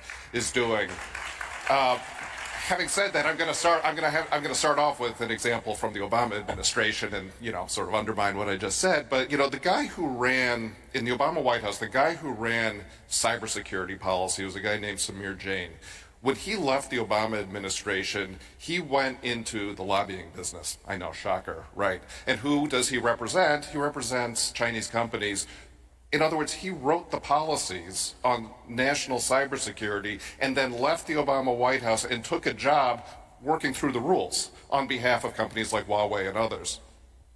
And so this goes to the point, I think, that Darren was making, which is that it's American elites who basically have a for sale sign out and says, you pay me $100,000 or $1 million or whatever it is. I know the system in America, and I will get you what you want. Now, so that's kind of an overall critique of our occupational elites, which I think is probably the best way to think about them. They are sellouts, and they are for sale. I mean, and by the way, China knows it, and they're for sale pretty cheap. I mean, when you sell a country of 330 million for a few $100,000 in consulting fees, really? I mean, you couldn't do any better than that? I mean, it's immoral to be doing it, but gosh. Let me come back to the defense angle on this, because this is really an issue for the neocon right and some of the sort of, I don't know, sort of the mainstream right even in America, which is to look at China and say, okay, got it. This is, my frame on this is Cold War 2.0. They're Russia, we're America, it's 1955, and we've heard some Republican senators talk about this, say, I know what we're going to do about China. We're going to build 2 new carrier battle groups, and we're going to send them to the South China Sea. Why? Because we're going to wage war? We're going to wage a war in Asia? That's absurd. It's dangerous, and what it is it's not a war we could win. It is a war that either would be lost by the United States or would turn into a nuclear exchange, which is pointless. That is not how you defend American interests abroad. It is a way either to act as a cope because you don't know what to do about China, and so you say, I know, we'll just spend more on the defense budget. Or it is, in the alternative, if it's not a cope, that means you just actually have no idea what the threat from China is. And the threat from China is not primarily a military threat. The threat from China is an economic threat. It's a country that's going to overtake, if it hasn't already overtaken the United States in GDP growth, it will soon. Some people think, like Bannon has been saying for years, if you look at it a different way, they've already done it. But it's 1.3, 1.4 billion people versus 330 million people. They're catching up quickly. And we just have to recognize that we're entering a multipolar world. And that's okay. It's something that we don't really have control over. What we have to do is look to our own interests. And that means how do we look at what China is doing, say the Belt and Road Initiative, or their buying of American institutions, universities, political players in the United States. And we look at that and we say, what we need to do is build up the American middle class. We need to make this country more prosperous. We need to tend to this country, as opposed to saying, well, the solution is send more carrier groups abroad. That just doesn't do it. It doesn't address the actual threat. Well, and all of this has only been accelerated because of the lockdowns, which has been the greatest handout to the American ruling class and billionaire class imaginable. And one of the things I do want to also get into is the Great Reset, which people are openly talking about at the World Economic Forum to obliterate current currency markets and basically reposition China as the primary center of economic, cultural, and military activity on the entire planet, and also destroy any sort of American sovereignty alongside of it. And the lockdowns are directly related to this in every single regard. And so, Will, I want you to talk about the Chinese issue and their infiltration of our country, but also I want you to connect it with some of the writing that you've done on big tech as well. You've been calling for a digital Bill of Rights. You've been talking about, you believe platform access is a constitutional right. I actually think that China gets more powerful when our own tech censors act like the Chinese Communist Party, as Darren says, domestically. Can you help unpack that? Sure. So first on the question of their infiltration, I mean, I think specifically the universities, I mean, this has got to be relevant to you guys. You're all college students, or the vast majority of you. So something very simple, a very simple anecdote about what China does to control debate in this country. So say you're a China expert at a university, like your job is to do work and publish papers on China. China pays attention to you. And if you say something negative, they take away your visa and you can't go to China anymore. So how are you going to be a China expert if you can't go to China, right? Like, that's a huge problem, and it shapes our entire academic discourse. And that's not to mention all the massive amount of money. Another problem, Chinese foreign students, Chinese nationals pay full freight. They're a huge source of the budget. And so universities give benefits to them. And so while they're teaching you guys woke critical race theory garbage, they're teaching Chinese nationals artificial intelligence and material science, and they're then going back to China and taking that knowledge with them. Our universities are a huge problem, and are really essentially accelerating China's rise as this dominant multipolar power. As goes big tech, it's an absolute disgrace that our tech companies are more willing to work with Chinese businesses than they are with their own government. Project Maven, Google's AI program, Google refused to work with our Department of Defense, but was perfectly happy to work with a Chinese company. All Chinese companies have Communist Party cells by law. So effectively, Google sided with the Chinese Communist Party over America. Not okay. And we should be really happy that people like Ken Paxton and all the state attorneys general are suing Google now for antitrust.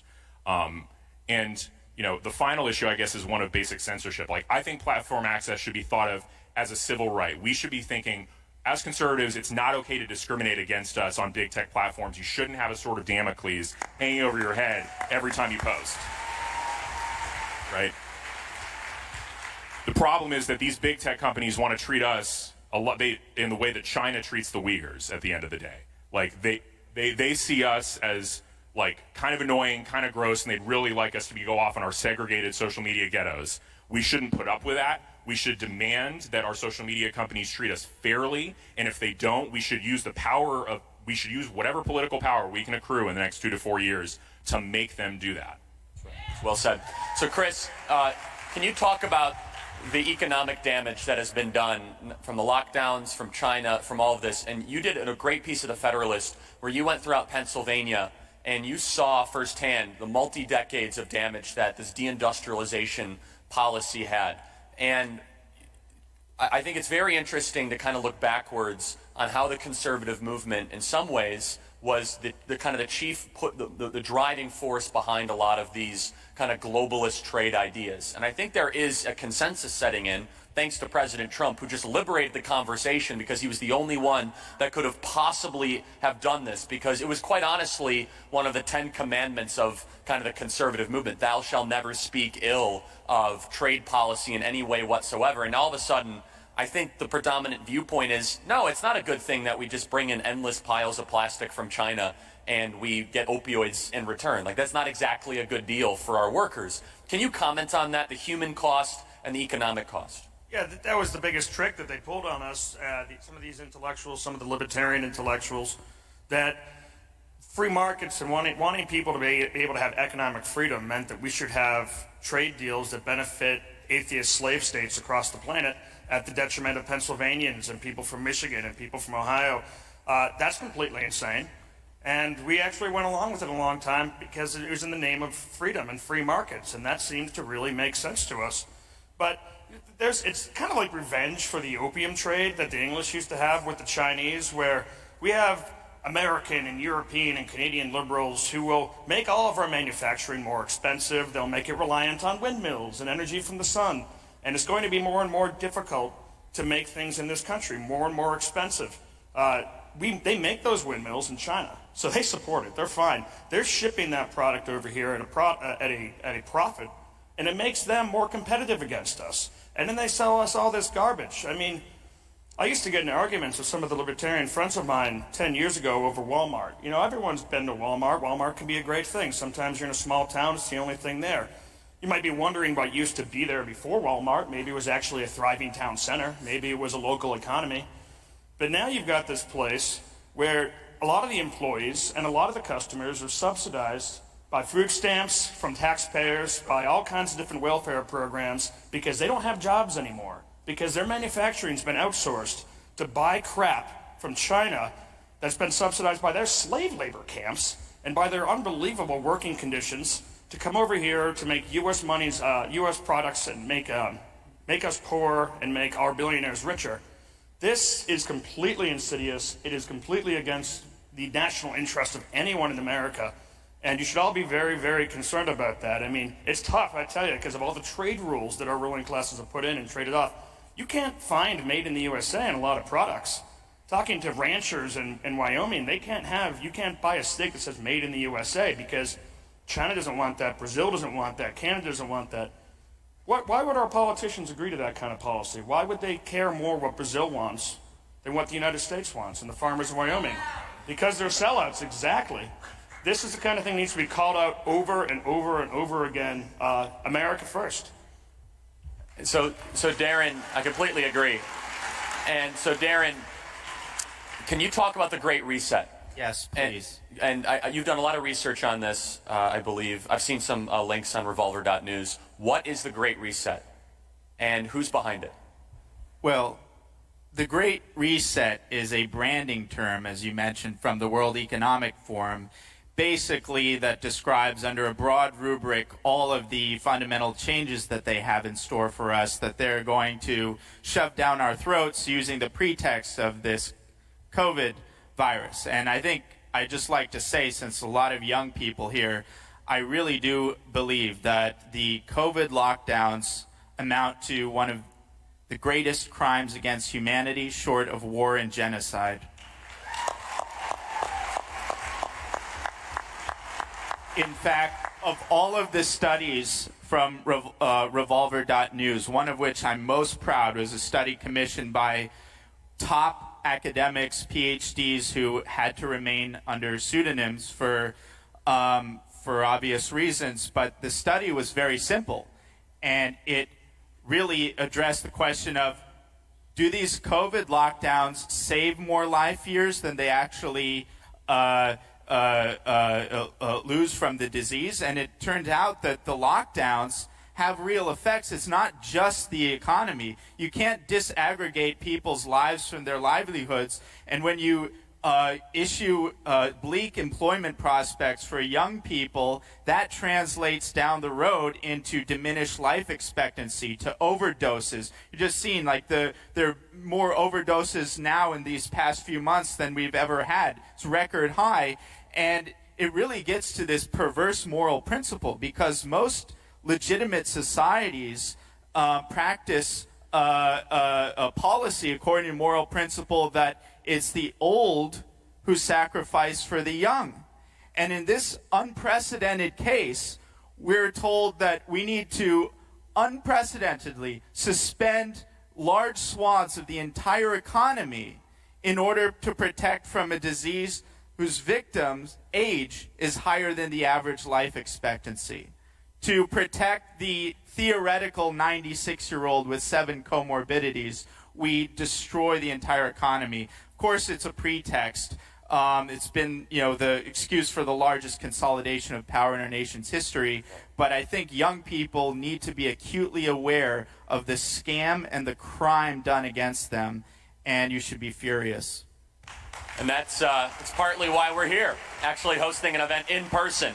And I could also behind the Great Reset, World Economic Forum, if you read their list, it's somewhat hilarious, but one of the things on the list is they want to get rid of meat by like 2035. It's on their list, and it's funny, but actually, Chris, I think you and I have talked about, actually, there's a reason for that. I think they have a very specific, I think, metaphysical reason why they want to do that. I don't know if you want to take that or not, but the other part of the list, they want to get rid of America as the top superpower. They want to have borderless nations, all of that. Chris, can you talk about how all of this, that we're talking about, is not necessarily partisan? Both parties have participated in this. I want to be very clear about this, or else we're just going to kind of be, I think this is a post-political moment in our country right now. Can you talk about actually some people on the right have actually been more into the pro-China kind of status quo policy over the last couple decades?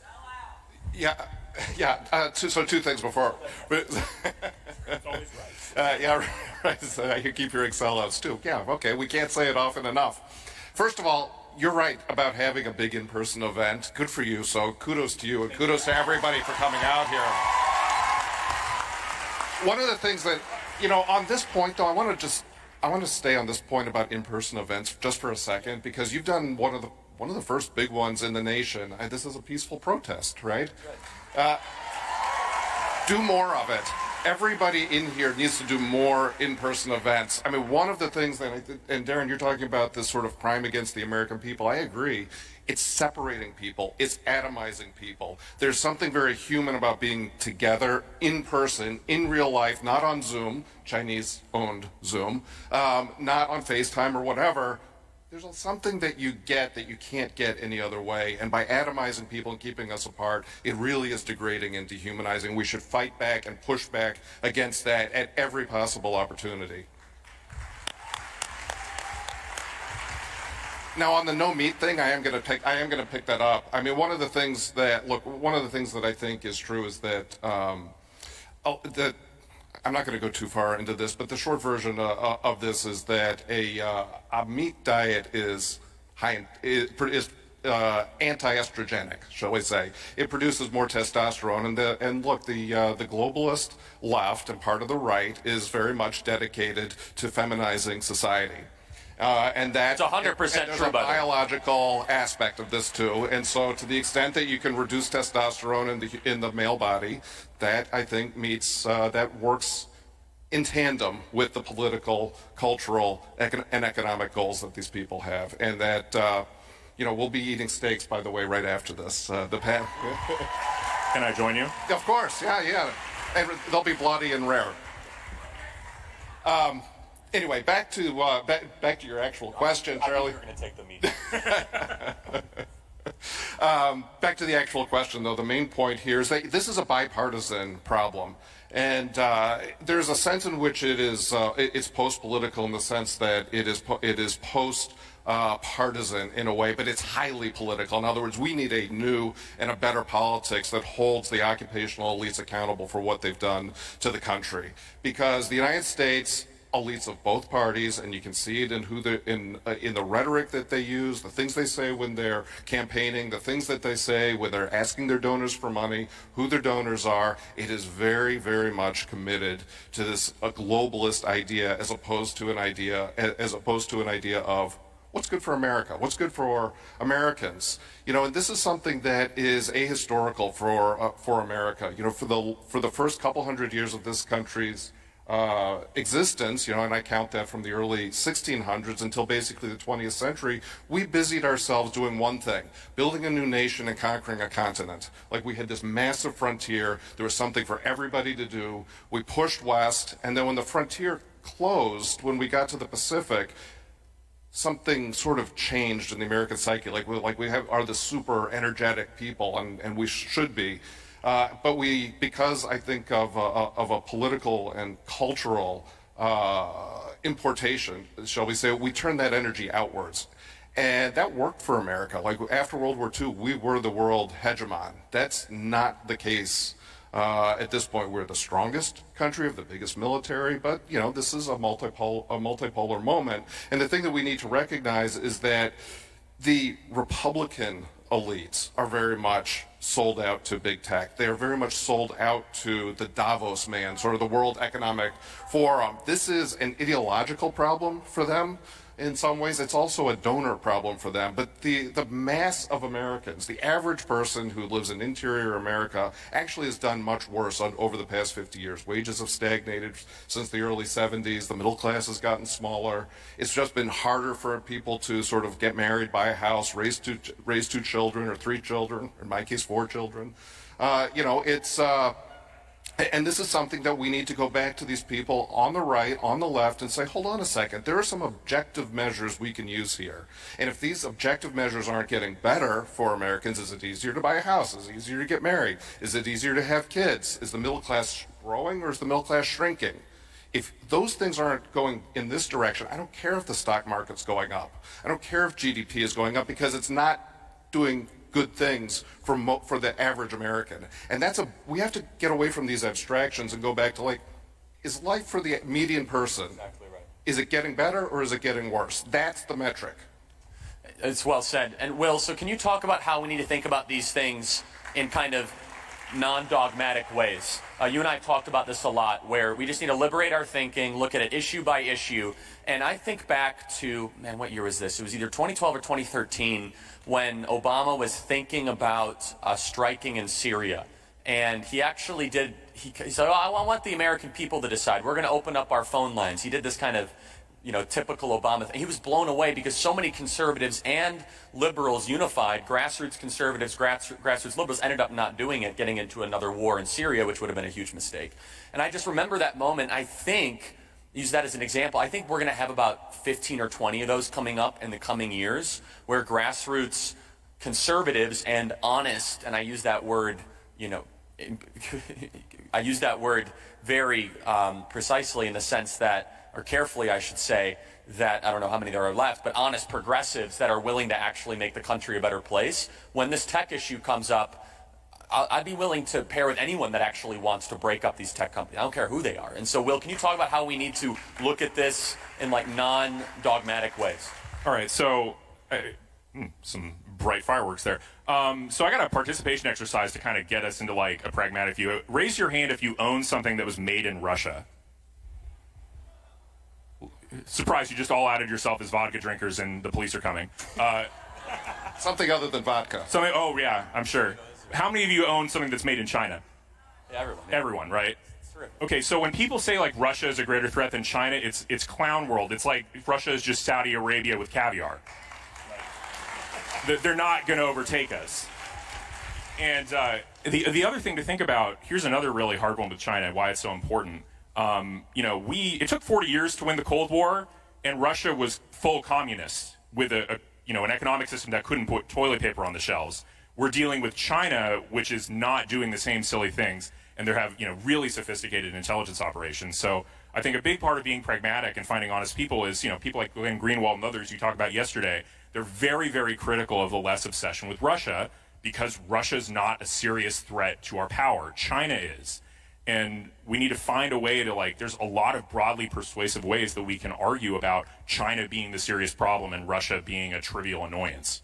And I think that's the biggest way. And so being practical on China, and then again, also being practical on big tech. For 2 years, I've been pushing a line that says, if you're a conservative and you don't want to regulate big tech, you're wrong. Sorry. It should be wanting to raise taxes as a conservative. It should be just a default hardline issue. And I think, 2 years ago that was a really radical position, but based on what I saw yesterday, it's now the mainstream position. And I think we shouldn't just allow our principles to essentially lead to our own subjugation. If big tech is going to oppress our freedom of speech, we need to be willing to use political power to achieve conservative ends.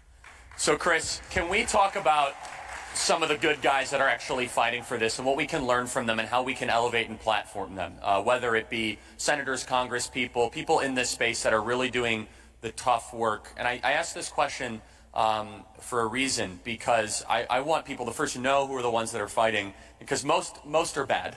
I'd say most of the people in the United States Senate have really no interest in actually holding China accountable, suspending all trade with China, actually holding them accountable for the epidemiological Pearl Harbor that they launched, probably intentionally, we don't know.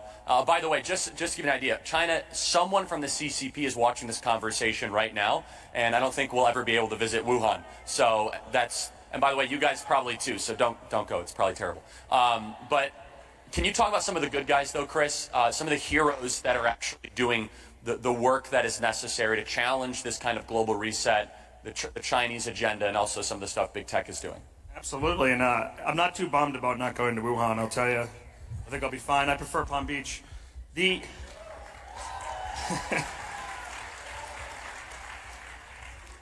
Senator Marco Rubio actually stands out as someone who surprised me a little bit on this front with his focus on Huawei and focus on China's wishes to get into your technology. So if you have in your house Alexa or one of these other kind of machines that you can just speak to and it talks back and it's always listening, then, the chances that people in Beijing and in Langley and Silicon Valley can figure out what's going on in your house are pretty high. And he's been at least pushing on some of these issues harder than most.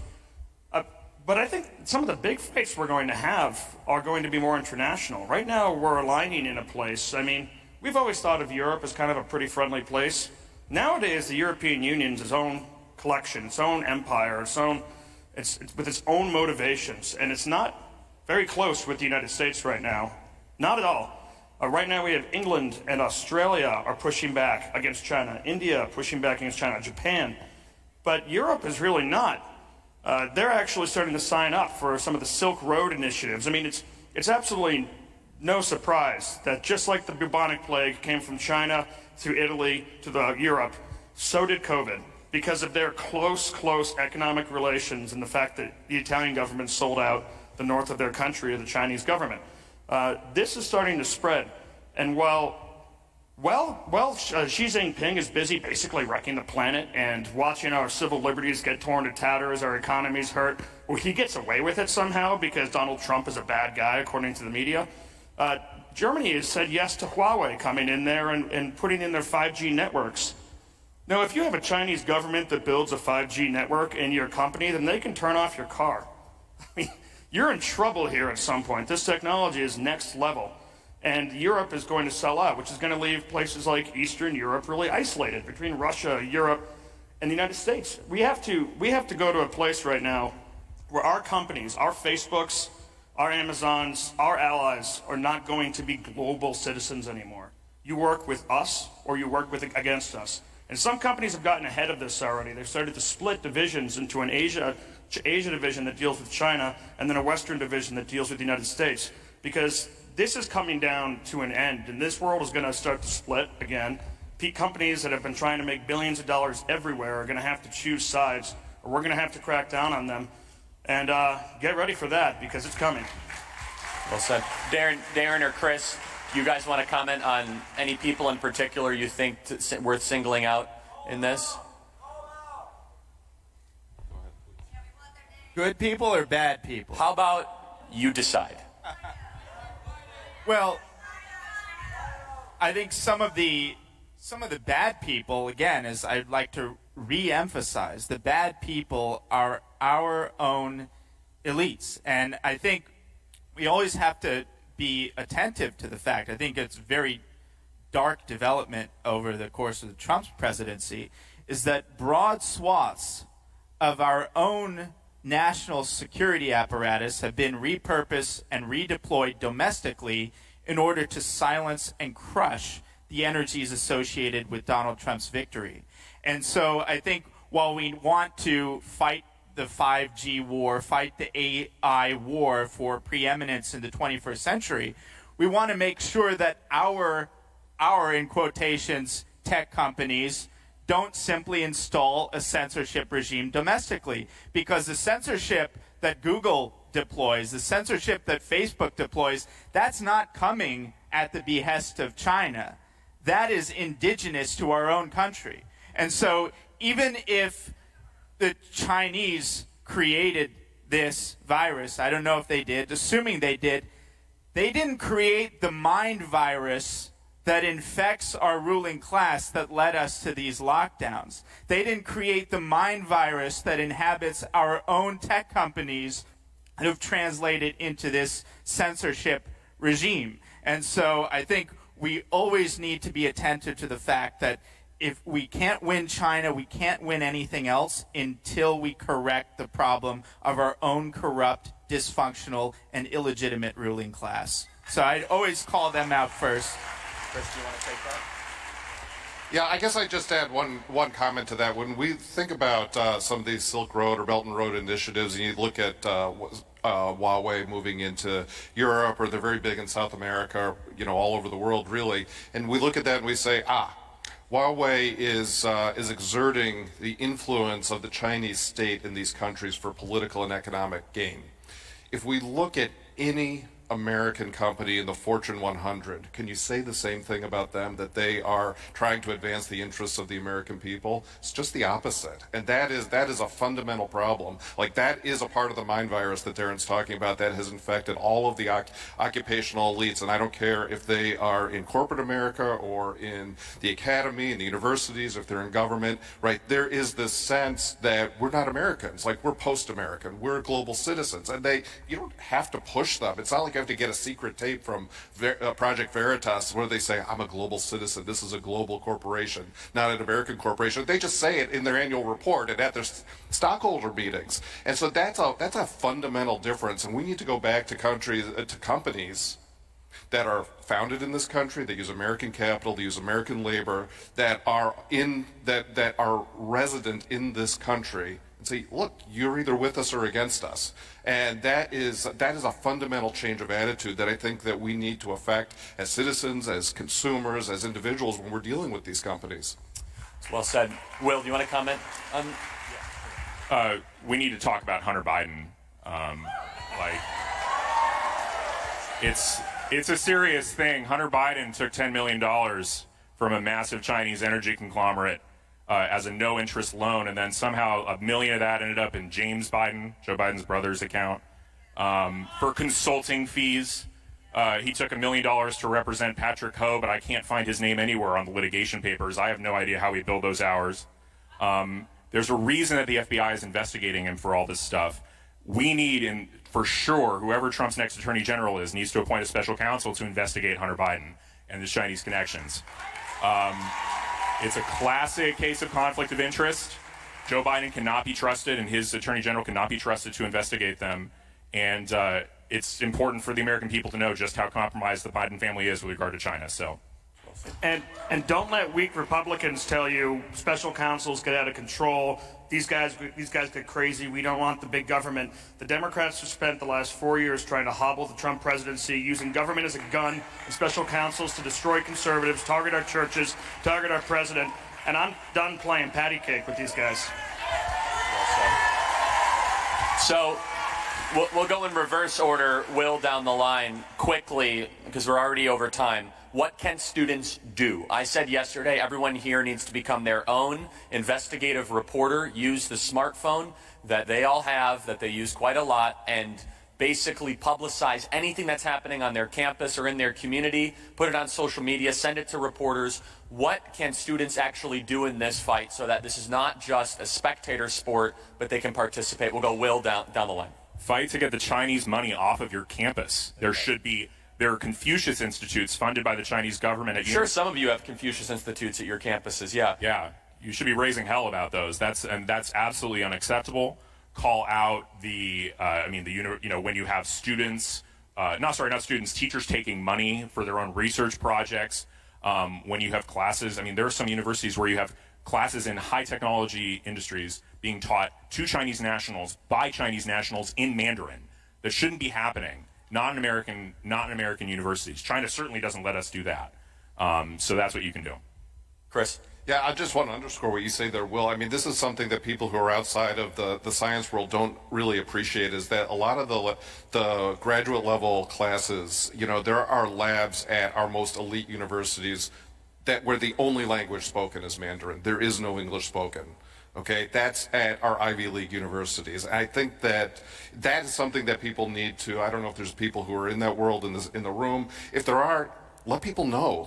That's a scandal, and that should not be allowed to stand. I want to go back to a point that when you ask about what can you do, yeah, everything you said, let us know at American Greatness, let anybody, Human Events or the Federalist or Revolver, let us know, because we'll amplify those things for you.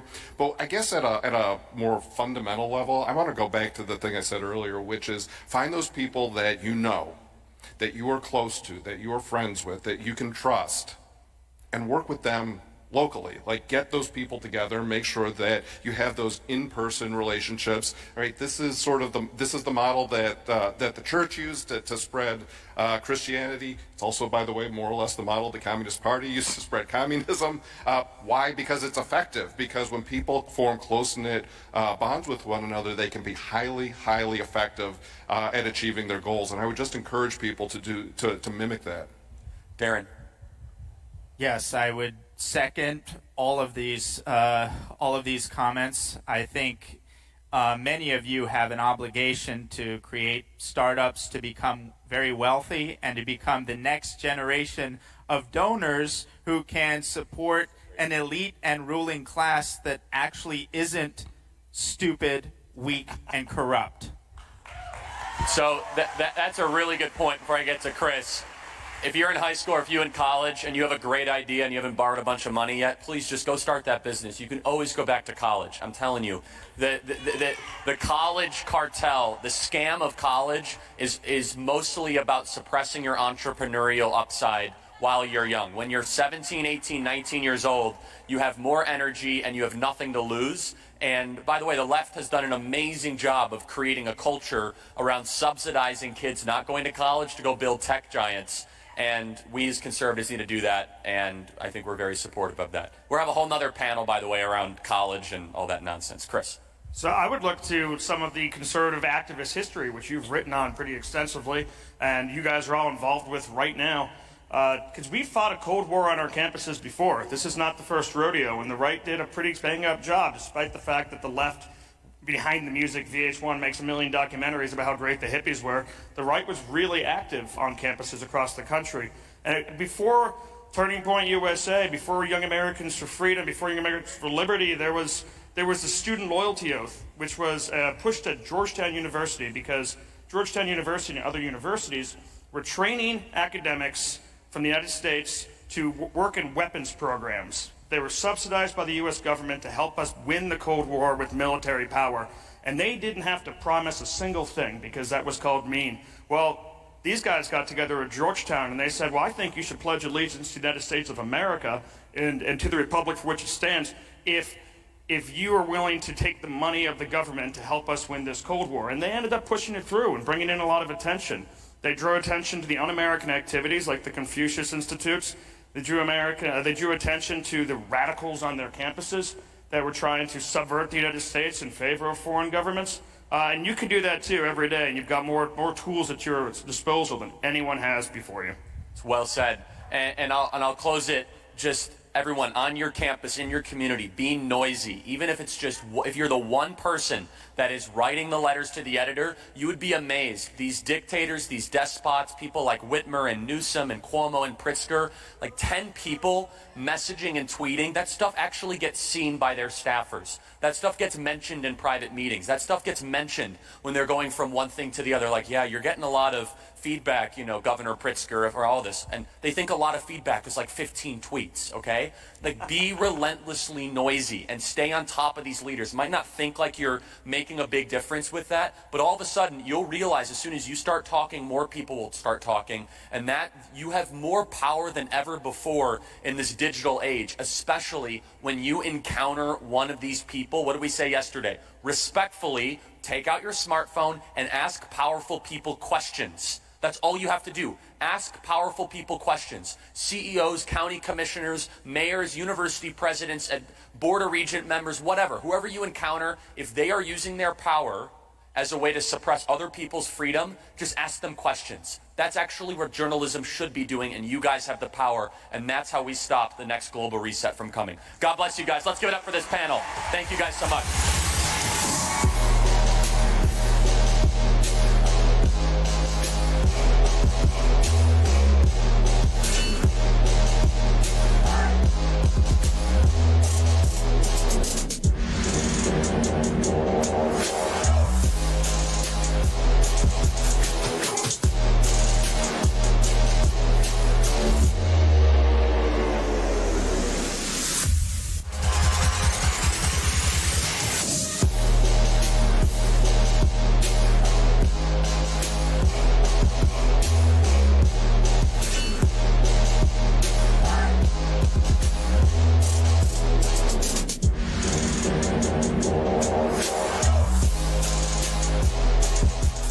Democrats use identity politics to keep people in line, to keep black people in line, to keep Latinos in line, to keep gay people in line. I'm black and gay, and I've seen them use the same tactics for black people as they do for gay people.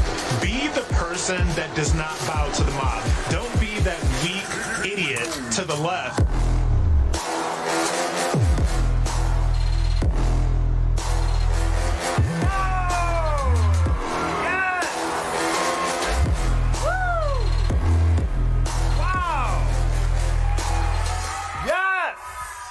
What's going on, Turning Point USA Student Action Summit 2020?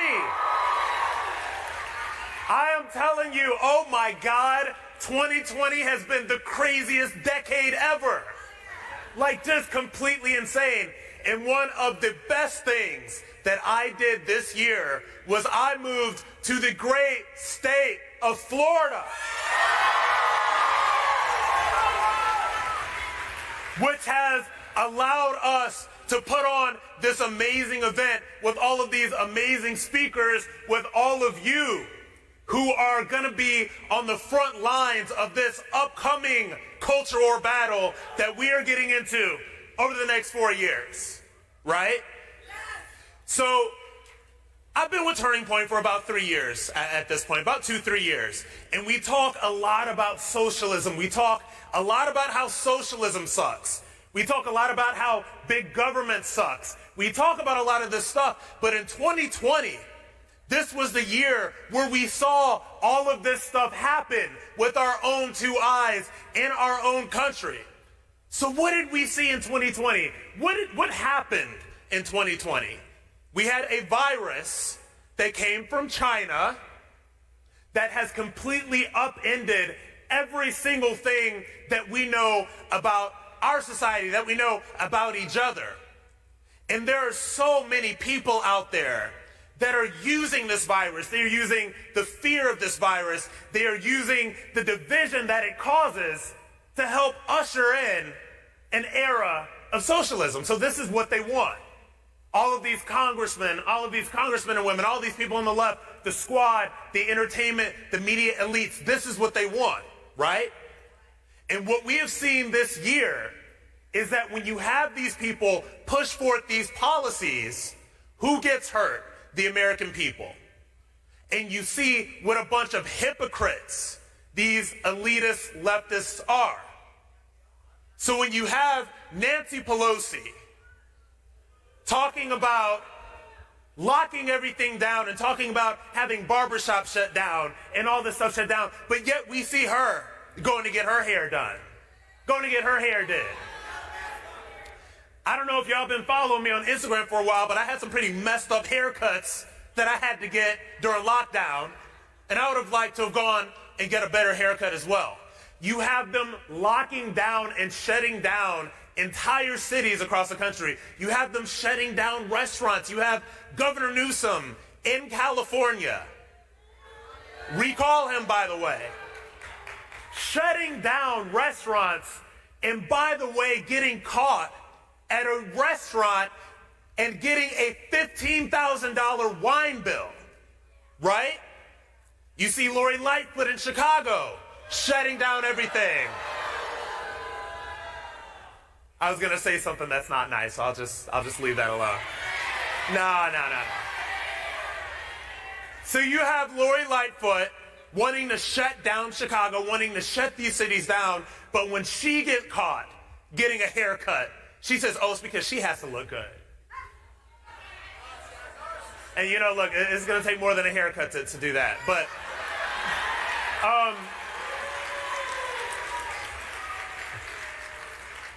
but we see the hypocrisy of these people.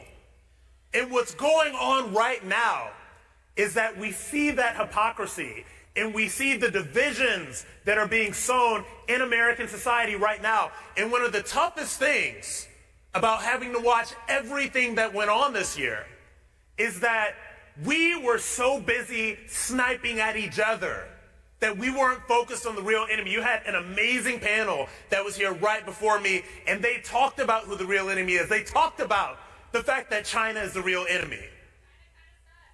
Exactly. Yeah, China sucks. But they are the ones that did this to our country. And every time I see some leftist talking points about how, you know, this is America's issue because we have to focus on the race and the racism and then all this other stuff, China laughs at us because they know how divided we are, and they know that those are the issues that divide us. And the saddest thing about that is to see China laughing at us. As a matter of fact, to see people that are spokespeople for them on Twitter that know exactly what to say. They will fix their mouths to talk about, quote unquote, systemic racism in America. And they'll say, oh, you know, America has to fix this and America has to do it. They will say these things while having people in concentration camps, while putting out a virus that has completely destroyed everything. And so we really need to focus on them as a real enemy. But another enemy that we're dealing right now is the left. And it is the scourge of socialism. And I remember being on this stage last year and being on all of these stages as we had all of our events last year. And we didn't know coronavirus was coming. We never saw any of this stuff coming. But I knew that there would only be one thing that would help us see exactly who these people are going to be when they get power. If we have learned anything this year, it is that socialism is about rules for thee, but not for me.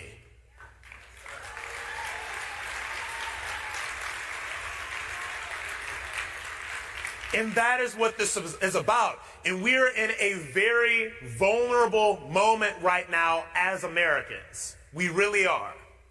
There are some people that are your ages, maybe a couple of years older than you guys, and they're going to see everything that has gone on with the coronavirus pandemic. They are going to see restaurants getting locked down. They're going to see them losing their jobs. They're going to see going into a bad job market. They're going to see all of these things. And they're going to be like, man, maybe socialism isn't such a bad idea. They're going to say, maybe Andrew Yang is right, and maybe I should get a universal basic income.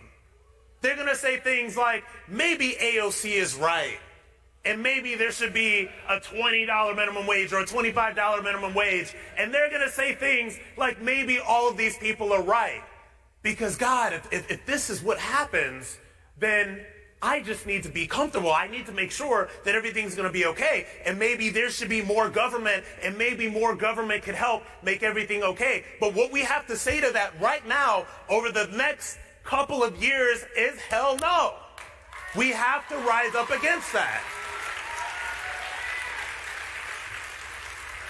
And so the question is, moving forward in this unique moment in American history where there's, an election literally being stolen right out from under us, but I'm not even going to get into that, right? Not even going to get into that. So the question is, how do we battle this stuff that's coming from the left? The question is, how do we battle these ideas? Because the issues that I have with our movement and some of the things that we talk about is that we're anti lots of things, right?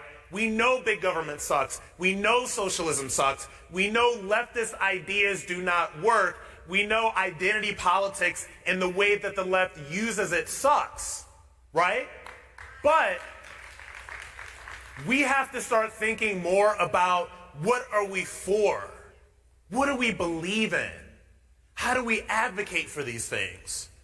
If we know that capitalism is the greatest system ever and it is something that has raised more people out of poverty than any other situation, issue, program in the history of the world, how do we talk about that? And I think that it's not enough to just say socialism sucks. It's not enough to just say capitalism is amazing. We need to start looking to all of the things that has happened over the past years, and we have to say, look at that, that's socialism. This is socialism.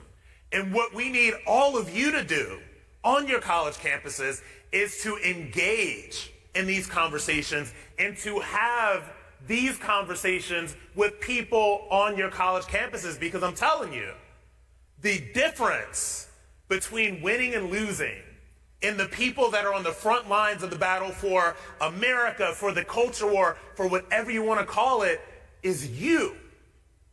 It is the conversations that you are having with your classmates. It is you standing up to your professors when they try to push leftist crap. Those are the issues that we're dealing with. And this is up to you guys to push forward. Now, if we say capitalism is amazing, how do we talk about that? Well, let me tell you a personal story. Of course, everybody knows my background, and I came from basically nothing in Akron, Ohio, and I just ran into brick walls year after year after year because I was somebody that, and you know, when I talk about journalism, when I talk about media, I talk about it because I actually went to Columbia University Graduate School of Journalism and have a degree that is not worth the paper that it's printed on, right? And the issue with that is that I kept on running into wall after wall after wall because I was always sitting and waiting for somebody to give me an opportunity. I can't go out and do this, or I can't build that for myself because CNN's going to do it for me. And they're going to discover me and it's going to be great. Or MSNBC is going to do it. Or this person's going to do it. Or that person's going to do it. And when I talk about capitalism and when I talk about entrepreneurship and how strong it is and how we have everything in us, it's because my own story over the past 2.5 years has been living proof of that. It is living proof of bootstrapping. It is living proof of the fact that whatever it is that you want to do, you have the tools right in your hands to do it. 2.5 years ago, I was a low-level producer for Fox Business. I said, I've got a voice. Number one, I was so tired of the left, I couldn't see straight. I was so tired of seeing people that looked like me being used to push ideas that actually hurt people that look like me. I got tired of seeing black elites talk so much about race and racism and all of this stuff when there are so many. Number one, there are more black millionaires than at any point in American history right now, right?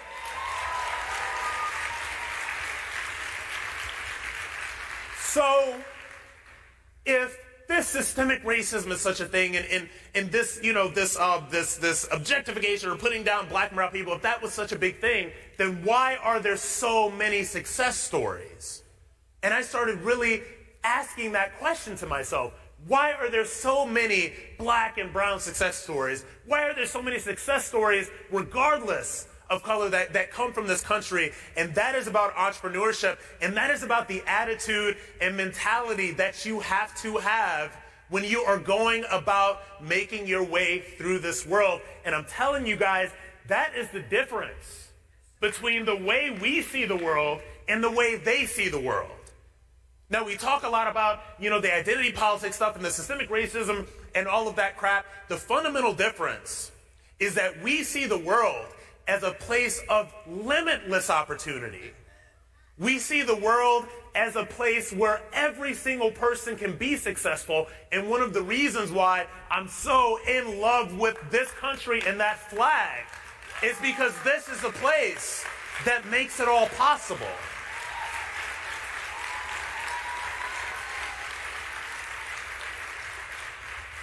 And I saw that for myself once I took the power into my own hands. We have these amazing supercomputers that are about this big, that a lot of you guys are holding on to right now, filming this and doing your stories. And there's so much opportunity there. And when I decided to just snap out of it and stop waiting for other people to give me opportunities, and got that supercomputer out of my pocket and started making videos and started using my voice, it expanded into something that I never could have seen coming. When I started making videos on Instagram, I didn't know that I was going to be meeting the president. I didn't know I was going to be at the White House. I didn't know I was going to be on a private jet with Rick Renell. I didn't know any of that stuff was happening or was going to happen. What I knew is that I had a voice and I had something to say. And when I started leaning more towards conservatism is what I realized that the opportunity that we all have is already there. This is not something that is going to be handed to you.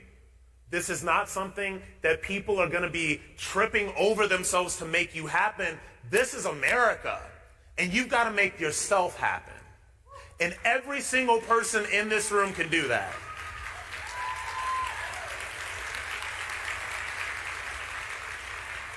And so, look, how does this relate to being anti-socialism and pro-capitalism? How does this relate to every single thing that the left is saying right now? Well, it's very simple.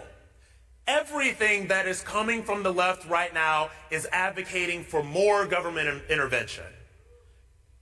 A higher minimum wage, whatever, right? A higher minimum wage. They want to, wipe away student loans, right? Student loan debt. And let's talk about that student loan debt. Let's talk about how destructive that idea is. As a matter of fact, I have a podcast. I don't know if you guys have listened to it. It's called Rob Smith is Problematic. And so if you've not listened to that, not downloaded it, download and subscribe right now. Tomorrow's episode is all about the quote-unquote student loan debt crisis. And what that quote-unquote crisis really is again, a bunch of elites playing the victim, because that is what they do on the left. And they want to play the victim, and they want the American taxpayer to bail them out. The vast majority of people that have upwards of $100,000 in student loan debt have that because they pursued advanced degrees. They have that because they have doctorates, and they have that because they went to law school and they did all that stuff. But you know what else it does? Is it helps them make vastly more money than they would have had they not done that. So why on earth is wiping away those tens of thousands, sometimes hundreds of thousands of dollars in student loan debt, the American taxpayers burden. The burden that you are going to get once you guys start graduating and once you guys start making money. And by the way, when we're talking about capitalism, and we're talking about advocating how amazing that system is, and I know you guys want to get involved, and you guys are all involved in your college campuses in lots of different ways. What we need more of, especially from your generation, is we want you guys starting your own businesses, starting your own companies, being bosses, being entrepreneurs. Because when you become successful and go into your own communities and people see you as that success story, they're going to ask you, how do I get there? Like, bro, with the Keep America Great cowboy hat on. This dude, say this guy starts a multi-million-dollar business, and he's rocking that cap with his multi-million-dollar business. People are going to ask, what's that all about? And all you have to say is capitalism, bro. Entrepreneurship. That is what it is. And so, guys, this is what is going to differentiate us from the left moving here on out. We have to start talking about these issues. We have to point out the hypocrisy of the left. We have to point out the greatness of capitalism. We have to point out the greatness of that flag and of this nation and what it represents. Because, look, I'm not a conspiracy theorist. I'm not a deep state guy. Like, I'm not none of that stuff, right? But when you look at some of the things that are being pushed out into the public, when you look at some of these ideas, this minimum wage, free student loan debt, free public college, healthcare for all of that other stuff, this stuff is being used, and this coronavirus pandemic is being used to get people used to the idea that they are entitled to something that they did not work for. And we don't want to get people used to that idea, right?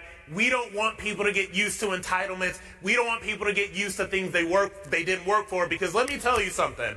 I am from Akron, Ohio. Like, there's a lot of people that try to play me, and they try to act like I'm like some trust fund kid or I was like some multimillionaire. No, absolutely not. Like, I'm from Akron, Ohio. I went in the military right out of high school so that I could go to college. I busted my hump trying to get to different places and trying to do all of these things. And the difference between us and them is I can tell you all, and you will all believe, that every single person in this room and in this great nation has the ability to do the exact same thing.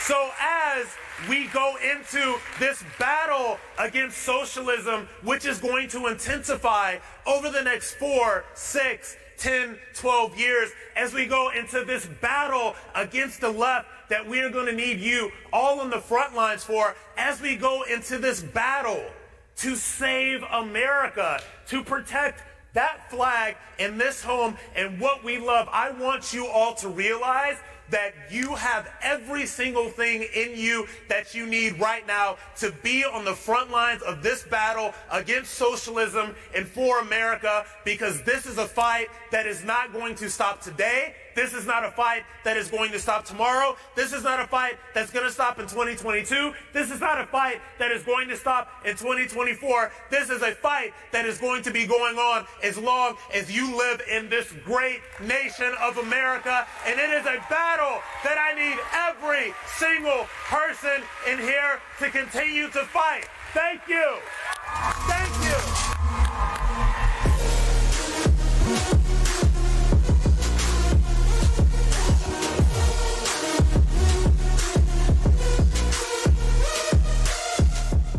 The left, and particularly leftist feminists, cannot understand is that it's not that we're voting against the sisterhood, it's not that we're voting against women's interests, it's that we have different values. That let's not ignore the scientific reality that a baby is a baby, and therefore, in my opinion, is deserving of the right to life.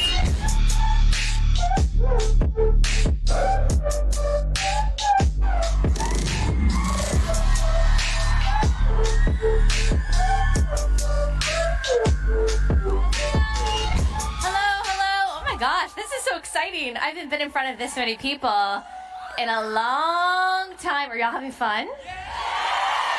Oh my gosh, so much energy too. Well, I am so excited to be here, especially in the state of Florida, one of the few states where we can have refuge from the tiny tyrants that are running the rest of the country. I'm so glad that you're here. I'm so thankful for the opportunity to come here. I always say that just, hello, hi. Just by nature of being here, you are so well ahead of most people your age who would never take time out of their Christmas break to come and learn from other people and hear other people and be inspired by other people. So I'm just proud of you guys. I'm so thankful for you guys. And like I said, you are so welcome. You're my biggest fan? Wow, thank you so much. You said no, you are. Well, I'll let y'all duke it out over that, but thank you so much. I am so glad to be here. So I'm really, really tired. You guys probably are too, of people using as the preface to their speech that this has been a crazy year. Like, I'm so tired of hearing that. Like, before every sermon and every speech, people are like, it's been crazy. And I'm like, yes, we all know it's been crazy. It's been a crazy year. But I don't know how else to start this speech. It's been a crazy year. And so I'm going to do exactly what I have said that I hate when people do. Sometimes I think, like, I was walking through the airport yesterday and I was like, what would myself a year ago think if I could see what was going on, if I could maybe watch like 30 minutes of the news? And I think that I would probably think it was actually a brain-eating virus for some of the politicians based on some of the restrictions that we've had. I think that I wouldn't believe some of the things that have been going on. And it's crazy to think, like, the kind of normalcy that we are craving. Like, we're like, can we just go back to being scared of, I don't know, war with Iran? Like, can we please just go back to that? Like, can we just worry about North Korea having nuclear weapons? I would really rather prefer my concern be over nuclear war than the things that that we are going through right now. But it doesn't look like things are going to go back to normal. I think a lot of us have said that, okay, 2020 is going to be over. It's almost become a meme that we're like, this has been the craziest year. This has been the worst year. I can't wait for 2021. Well, it's in a few days, and it doesn't look like the fight is going to stop. It doesn't look like things are going to go back to normal. It doesn't seem like things are going to go back to just being smooth in how they were. And I think that it's okay if we make that adjustment. I think that we realize that we were created, that we were placed in this spot on this grand span of eternity for a particular purpose at this particular time for a reason, that maybe we weren't made for normal, like maybe we weren't made for complacency, maybe we weren't made to just sit back and enjoy all of the freedoms and the luxuries that we have in America. Like, maybe we were made, maybe this generation was made to fight. Like, maybe we were made for the risk that's in front of us.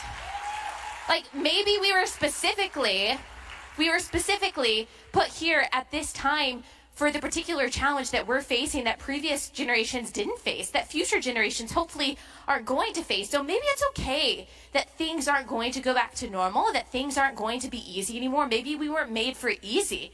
Like, maybe we weren't made for apathy. Maybe we weren't made to just sit on our butts and pretend like everything is okay. Maybe we were made for the danger. Maybe we were made for the risk. Maybe we were made for the battle. I think so. And that's kind of how I encourage myself when I think about things not going back to normal, that maybe we were made for things not to be normal so that we could be the ones who are fighting.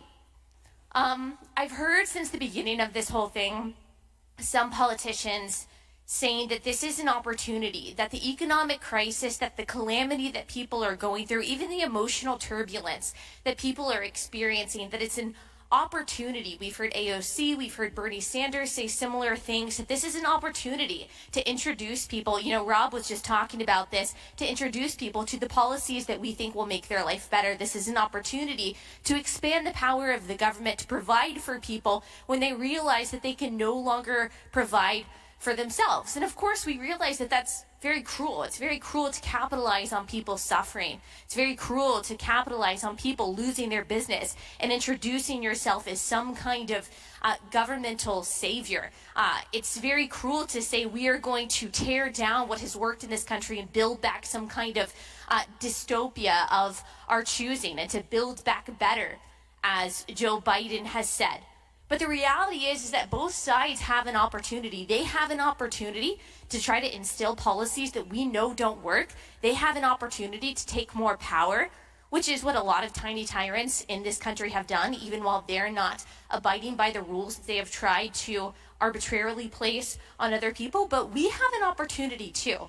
And not to ruin people's lives the way that it's happened, unfortunately, in a lot of states, not to tear down people's businesses, not to take away people's freedoms, not to exact more power over people, but to teach people a lesson by pointing to the hypocrisy and the power-hungry nature of some of our leaders, that the government makes a very cruel God, that the government is not your friend, that the government is not a good caretaker, the government is not a good dad, the government is not a good nanny, the government is not trustworthy, that if you do make government your God, as so many young people are told to do, if you make the government your caretaker, your moral arbiter, your safety net, whatever it is, you will realize that the government is a very cruel God. It's a very merciless God. It's an uncharitable God. It's an unforgiving God. It's not a God that we want to worship. That is our opportunity, to point people to the fact that the government will not save you. The government doesn't know your name. The government doesn't know what you had for lunch. The government doesn't know your interests. It doesn't care about you. It doesn't care about you and your family. And the sooner that we get people to realize that, the better off we all are. Whether we are talking about Republicans or Democrats, the fact of the matter is that the government is not your savior. The government is not your God. It is not worth your hope. It's not worth your faith. And it's not worth your trust. The government has really good purposes. Like, I'm not an anarchist. I wouldn't even describe myself as a libertarian. No offense to libertarians, the two of you out there. I think that the government has a really important role, and I think the government can, it can serve our well-being. That's what it was founded to do. That's what it's supposed to do. We have seen some politicians exemplify some really courageous leadership. I think Ron DeSantis is one of those politicians. In this past year, and so I'm not hating on all government, but I'm talking about the principle that we can't put too much hope in the government. It is not the authority of the government, and honestly, it's very disturbing that we've gotten used to this, but it's not the authority of the government to decide what is essential and what is not. Every job is essential to the person who is working in that job. Every paycheck is essential to the person who is trying to put food on the table for their family. Every bit of education, every class that is taken is essential to the young student that is depending on that class to graduate, maybe go to college, maybe start a business, and to get out of poverty. That's essential for that child. You going to church and worshiping God is essential. It is essential. And it's not up to someone like Ralph Northam to say that it's not. The time that you spend with your family, the fellowship that you have with your friends and with your community, all of that is essential. And that's because human beings aren't just material objects that can be satiated with $600 and a mask. Like, we are more than that. We are whole people. We have souls, we have hearts, we have minds. We have emotional, mental, spiritual needs in addition to physical and financial needs, and the government is not equipped and never will be able to meet those needs. That's why we need each other. That's why we need the God who created us. We need something so far beyond what the government can give us. I say this a lot. If you listen to my podcast, I host a podcast called Relatable, and we talk about theology. We talk about theology, culture, and politics from a Christian conservative perspective. Something that you may have heard me say a lot is that leftism gets human nature wrong. And I don't just mean everyone who is on the left. I don't mean everyone who is a Democrat. I'm talking about leftism as an ideology, or in more charitable terms, a philosophy. It gets human nature wrong because it is a secular, humanist ideology, and it has been for over a century and a half now. Even if the people who ascribe to it don't realize it, it was created to replace religion. It was created to replace any kind of faith in God and dependence on the family and the institutions that God created. That is what it's been for its inception. It views human beings as these material objects, as clumps of cells, as just more evolved animals that can be socially engineered, that can be controlled and pushed around for, quote, the greater good. That has been the mindset, the worldview, and the basis for every left-wing revolution that has ended in bloodshed and suffering for the past 100 years. If you're talking about the Chinese Revolution, the Cambodian Revolution, it's all started with this secular humanist idea. From Chavez to Castro to Mugabe, the list goes on and on. It started with this idea that human beings don't have inherent rights given to them by God, that we were not created by a creator with equal rights and with equal liberties, but that we are just a bunch of clumps of cells that can be moved around as the people in power see fit. And the reason outlawing private property, the freedom to provide for yourself and your family, exchanging the family unit for state-run villages, as has happened in every far left-wing revolution over the past 100 years, the reason why these things don't work is because they get human nature wrong. Leftism gets human nature wrong. And this is where, those of you who listened to the podcast again, you knew theology was going to come in somewhere, but this is where your theology comes in. Whether you're an atheist, whether you're an agnostic, whether you're Jewish or you're a Christian, the fact of the matter is that politics are downstream from culture, and culture is downstream from theology. What you think about the world and who made the world and why we're here, again, no matter what your belief system is, will have an effect on what you think about everything else. That is why what you think and what you know about God, about the creator of the universe, matters, because it affects how you see the rest of the world.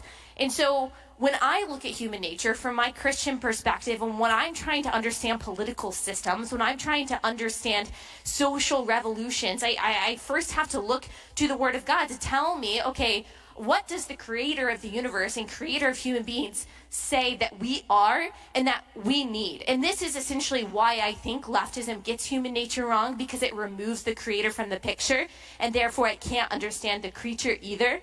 But in the Bible, we read that God honors private property through two simple commands, that thou shalt not steal and thou shalt not covet. The entirety of the socialist philosophy is obliterated in those two commandments, that thou shalt not steal and thou shalt not covet. If the God who made us is saying that, then I should probably trust it, that God made us to work. We read that in Genesis, even before sin entered the world, that work is not a necessary evil, but it's something that we were actually created to do, to provide for ourselves and to provide for our family. A lot of times we hear that Jesus was a socialist or Jesus was a communist, that working for what you have and providing for yourself and providing for your family has no biblical foundation. That's wrong.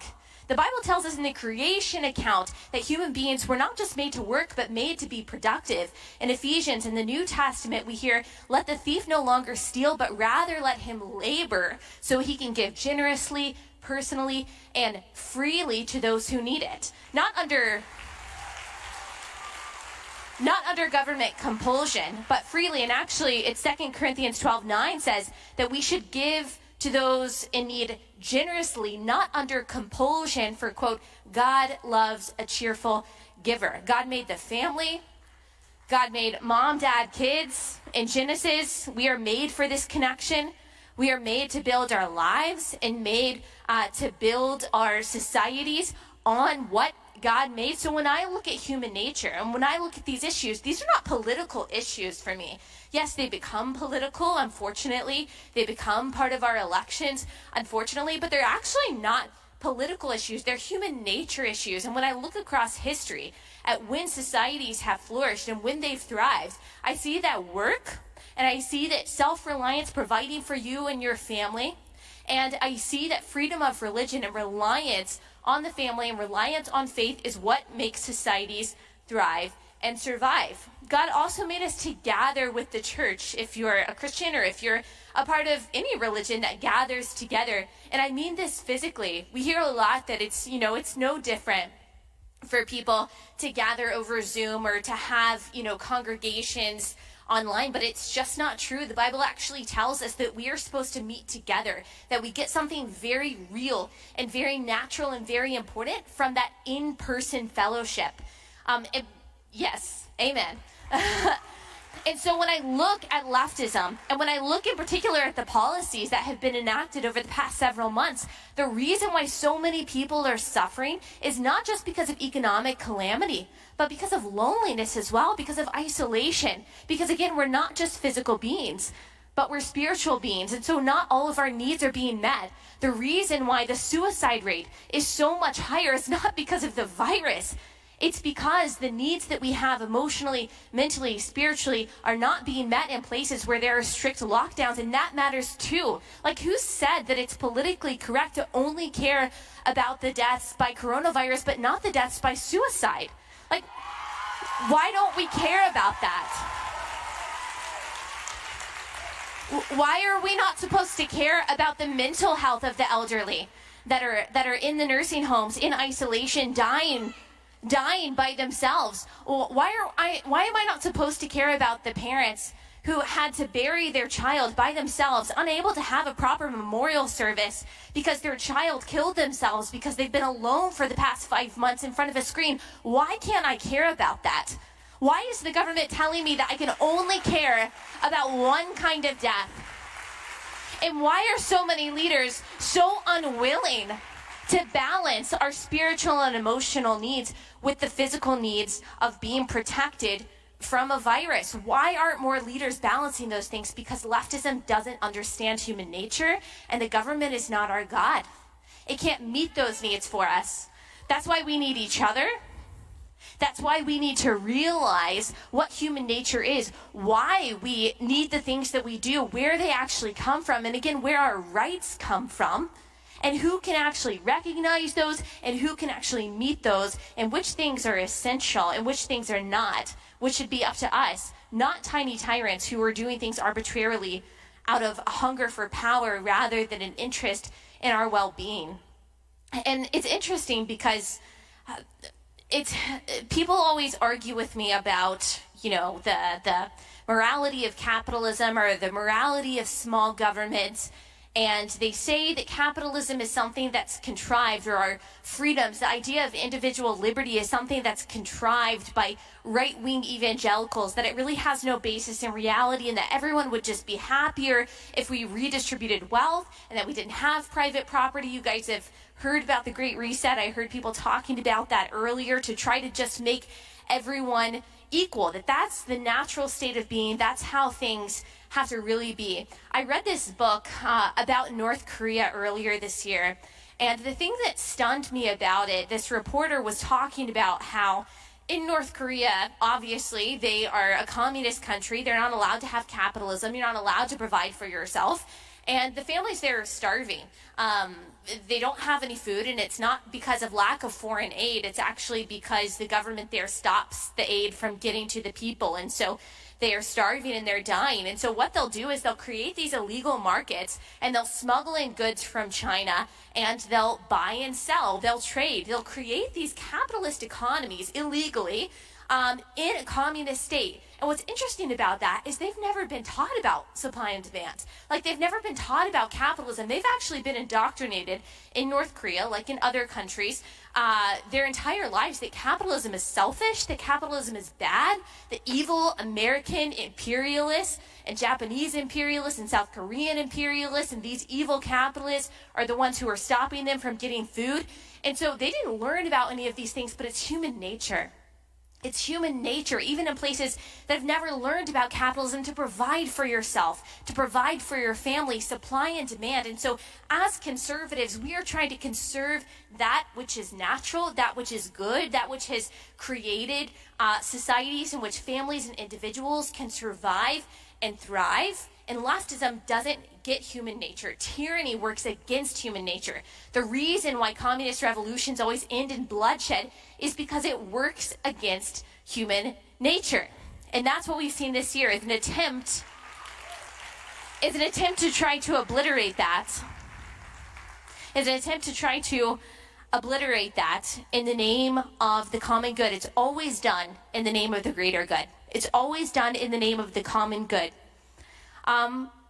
So what we have to do in the midst of this, I get this question a lot, is how do I push back against the things that are going on? Like, at what point do I stand up against tyranny? Like, at what points do I push back against this? And some of you are thinking, I don't have like a big presence on social media. I'm not an influencer. And I always say, yes, you are. You don't have to have a certain number of followers to be an influencer. You don't have to be an influencer to have influence. You have influence being exactly where you are. Like I said at the beginning of this speech, that God has purposed you exactly where you are for such a time as this, for a purpose that you can't even comprehend right now. And it may not be that you start a movement. You might not start an organization. You might not start a revolution. And that's okay. What you are called to is to be obedient and to be an excellent worker and to be a responsible person in the station that God has placed you in, to influence your circle for good. And the way that you resist tyranny is really easy. You abide by the things and you pursue the things that are good for human nature and good for society. And so you worship when you know that you are called to worship. You meet with your church when you know that you are called to meet with your church. You allow your friendships to flourish in an age when people are telling you to cut off everyone who doesn't have any interest to you. You cultivate those relationships with your family members. You make sure that you are investing in the relationships that matter. You work hard, even when you don't like your job. You pursue things like family in an age that is filled with complete narcissists. You go against the grain in these subtle, everyday ways, and that is a quiet, subtle, and revolutionary way to wage resistance against the tyranny that is driving itself against human nature and everything that has made this country good.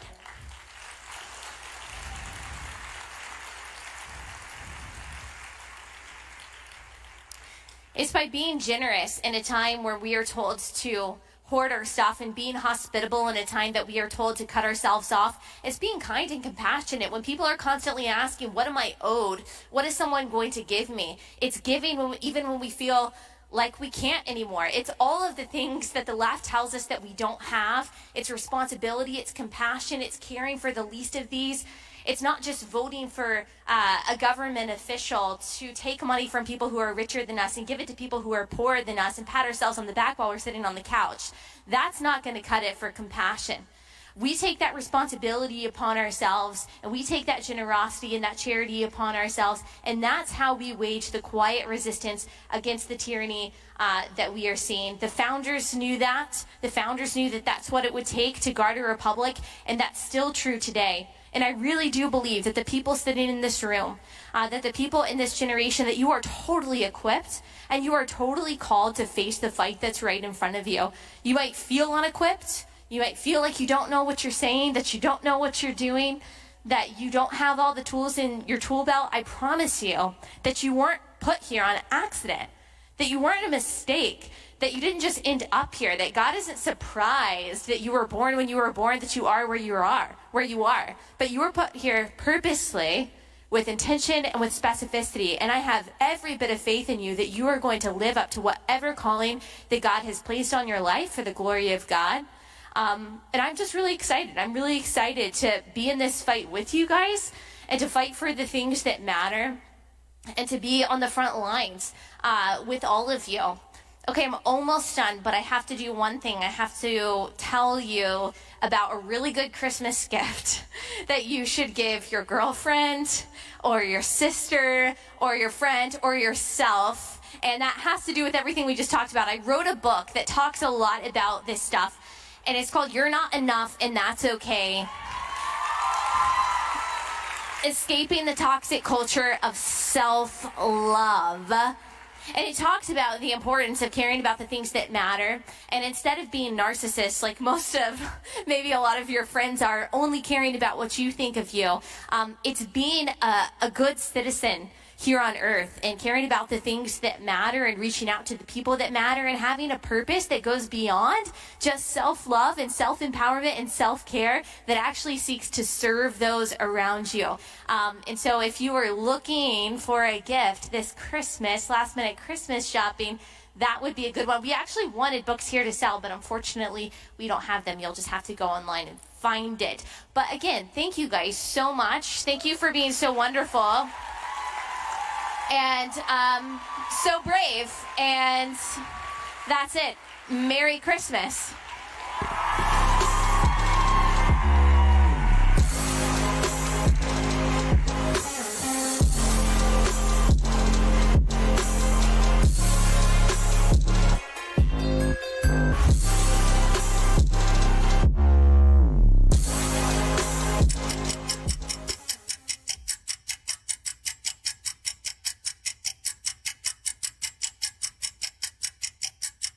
The words financial aid sound like relief or free money, but it really means student loans, which are processed without regard for your ability to repay those loans. And because the loan application step typically comes at the end of the college application process, after you've done all this work and are firmly committed, it's no wonder why most families don't even recognize they're being had.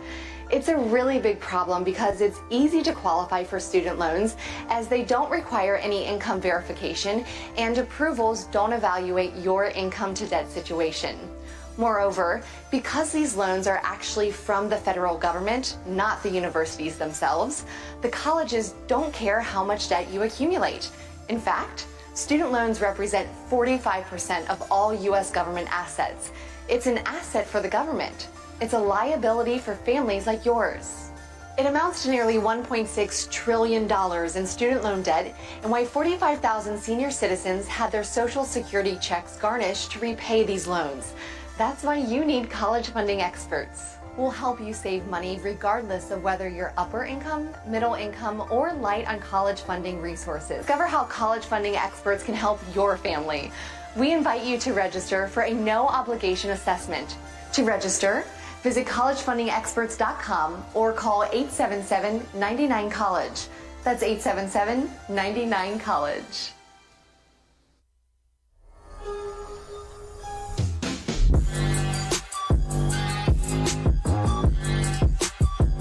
Hello!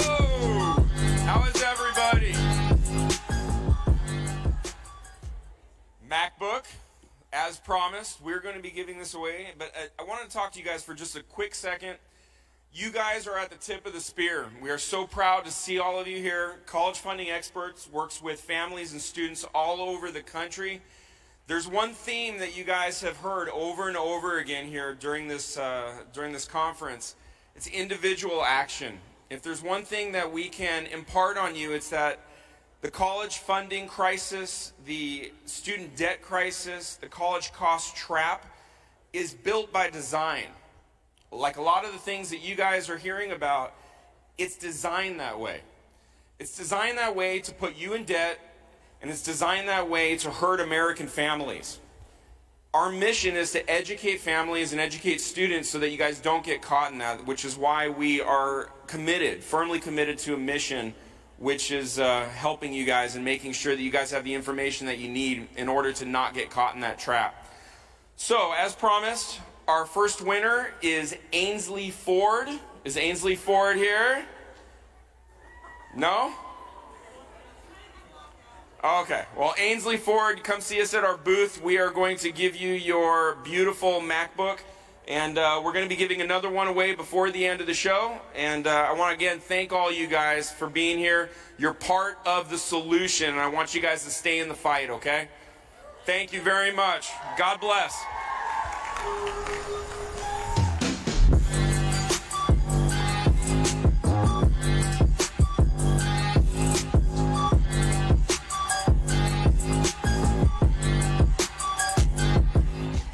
Two completely different worldviews, and one worldview says that it's okay to get violent to try and get what you want. It's pretty childish. In times of peril, Young people have stepped up and saved this country, abroad and at home. America must come first. Its people must be our top priority.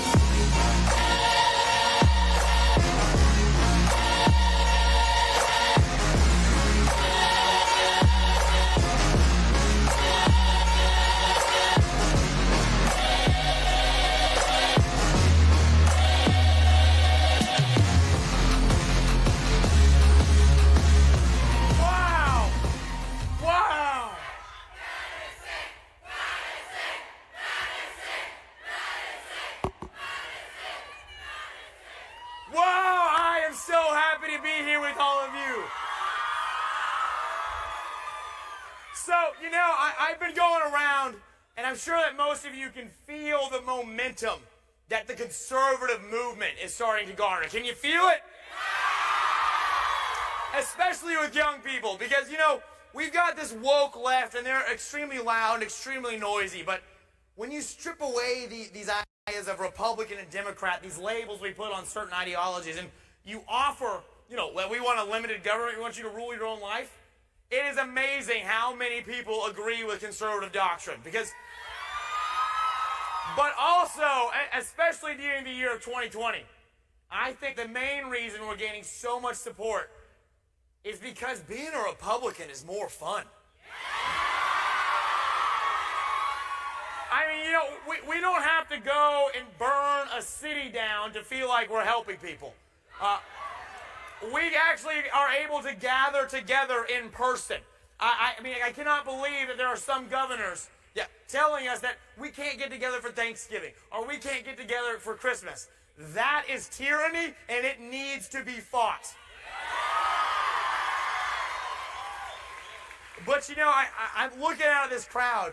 I have had so much fun with all of you students because, like I said, it's more fun. But specifically, I have met a great number of you here who are from my home state of North Carolina. And now, all of you who put me here from North Carolina, you guys supported me, you guys fought for me, you volunteered, you did so much for me. And I'll tell you, to all of those students, I vow to you that I will not let you down. I will be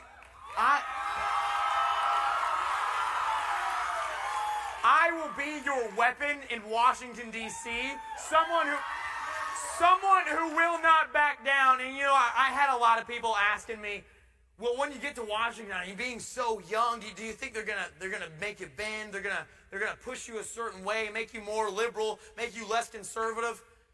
I would just look at them and say, well, I don't think they're gonna bend, because first of all, we need some Republicans with some backbone, and my backbone is reinforced with titanium, so we're ready to fight. But the main reason that it's more fun to be a Republican, because we can go to bed tonight knowing that we are actively helping to create a better society for our friends, for our neighbors, for people who don't look like us, don't believe like us. We want all of them to have freedom. And being a Republican is more fun because it is the moral, the right, and the courageous thing to be. And so, I had this cool speech written. I was going to pop a wheelie and be really fun. It was going to be a lot of fun talking about... You want one more? We can do one more. There we go. But talking about being a Republican, I was working on this speech last night, and I got to this point, and I was sort of saying, being a Republican is the moral, the right, and the just thing to do. And I was thinking to myself, in my heart of hearts, I know that there's something that I need to do. I know that there's something that is the right thing to do. But it's not a good move for my career in Washington. It's not a good move for me personally.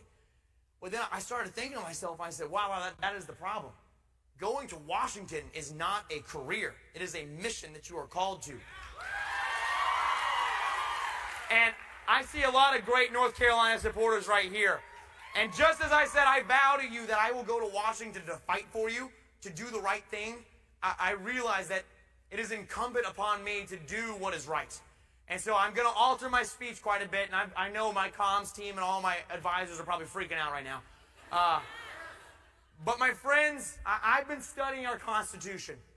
And when you look at it, it says that state legislators are the only body that can change election law within their own states.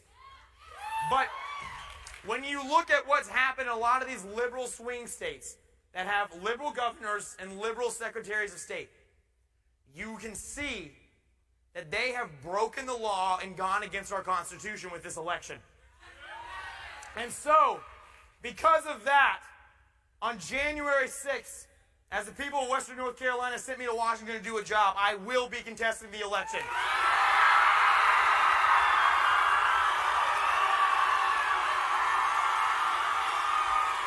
And USA!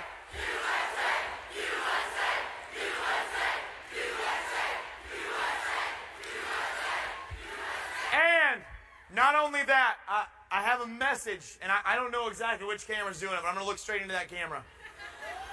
I have a message for all other Republicans across the country.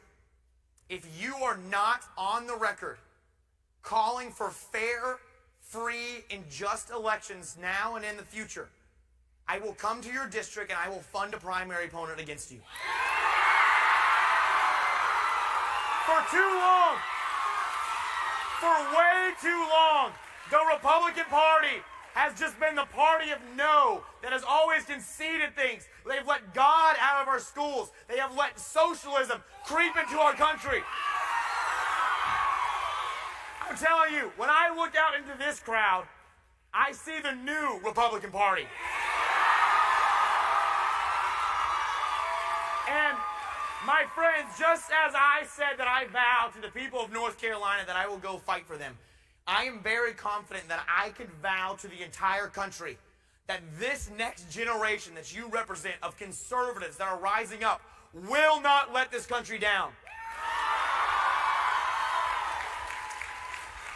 Ladies and gentlemen, the fight for America is only just beginning, and I honestly feel bad for the enemies of liberty and justice because they have no idea what they just started. And so, let me see by a show of hands, how many of you are in your 20s? Yeah, all right, that's awesome. That's awesome. So I'm sure most of us in here are Gen Z. I'm the first year of it, and we're Gen free. But guys, I want to tell you a very special message. I'm in my 20s. I'm 25 years old. At 24 years old, and because we live in the greatest country in the world, I decided that I wanted to run for Congress because I don't want to raise children in a country that is so divided and that is becoming so corrupt. But my friends, when I look out this crowd, all of you that just raised your hand in your 20s, there is nothing different besides you and me. I just might be able to roll down a hill a little faster. But there's nothing different between you and me. We are all patriots who love this country. And if you are in your 20s, man, I encourage you. And in fact, I will help you run for office. Please. We need this on all levels of our government. We need our state legislatures, our city councils. We need you in Congress because let me tell you, it is so hard. And I saw my dear friend Lauren Boebert. She's a freshman in our class as well. But I'm sure she would agree. It is so hard to get to know the names of everyone in Congress because right now they're all wearing masks. They're all about 55 years old. They're all kind of balding. And they all look the exact same. But guys, it's time we stop sending cookie-cutter politicians to Washington. And when I look out and see all of you, I see fighters. So I say, let's send some more fighters to Washington, D.C. Yeah. Because, guys, you know, we live in the greatest country in the world, and I know every single one of you know that. And our founding fathers were absolute geniuses. I believe they were inspired by God. And my friends, when they put the Constitution together, when they put our Bill of Rights together, you know, they went back and they got their values from ancient Jerusalem with Judeo-Christian values. They sought that every person should have one vote, Democrats, one. They looked to ancient Athens to see where democracy came from, to see that every person should have a voice and have a vote. They looked to ancient Rome to understand that our incredible country, it needs law and order. It needs incredible infrastructure, and that's what we need to bring to our country. But also, when they were looking back, when they were looking back at these ancient civilizations, specifically Rome and Greece, when they looked into these civilizations, they realized that these civilizations created incredible town squares where orators could come and they could speak freely about big, dangerous topics to talk about. And then a very discerning crowd would sit there and make decisions about what they should do in their country, what was the right political move. And our founding fathers saw that and they said, we shouldn't just have one town square, we should give you a town square everywhere. And we should give everyone freedom of speech. And that's what our First Amendment is. But my friends, all of our rights are currently under threat of being taken away from us.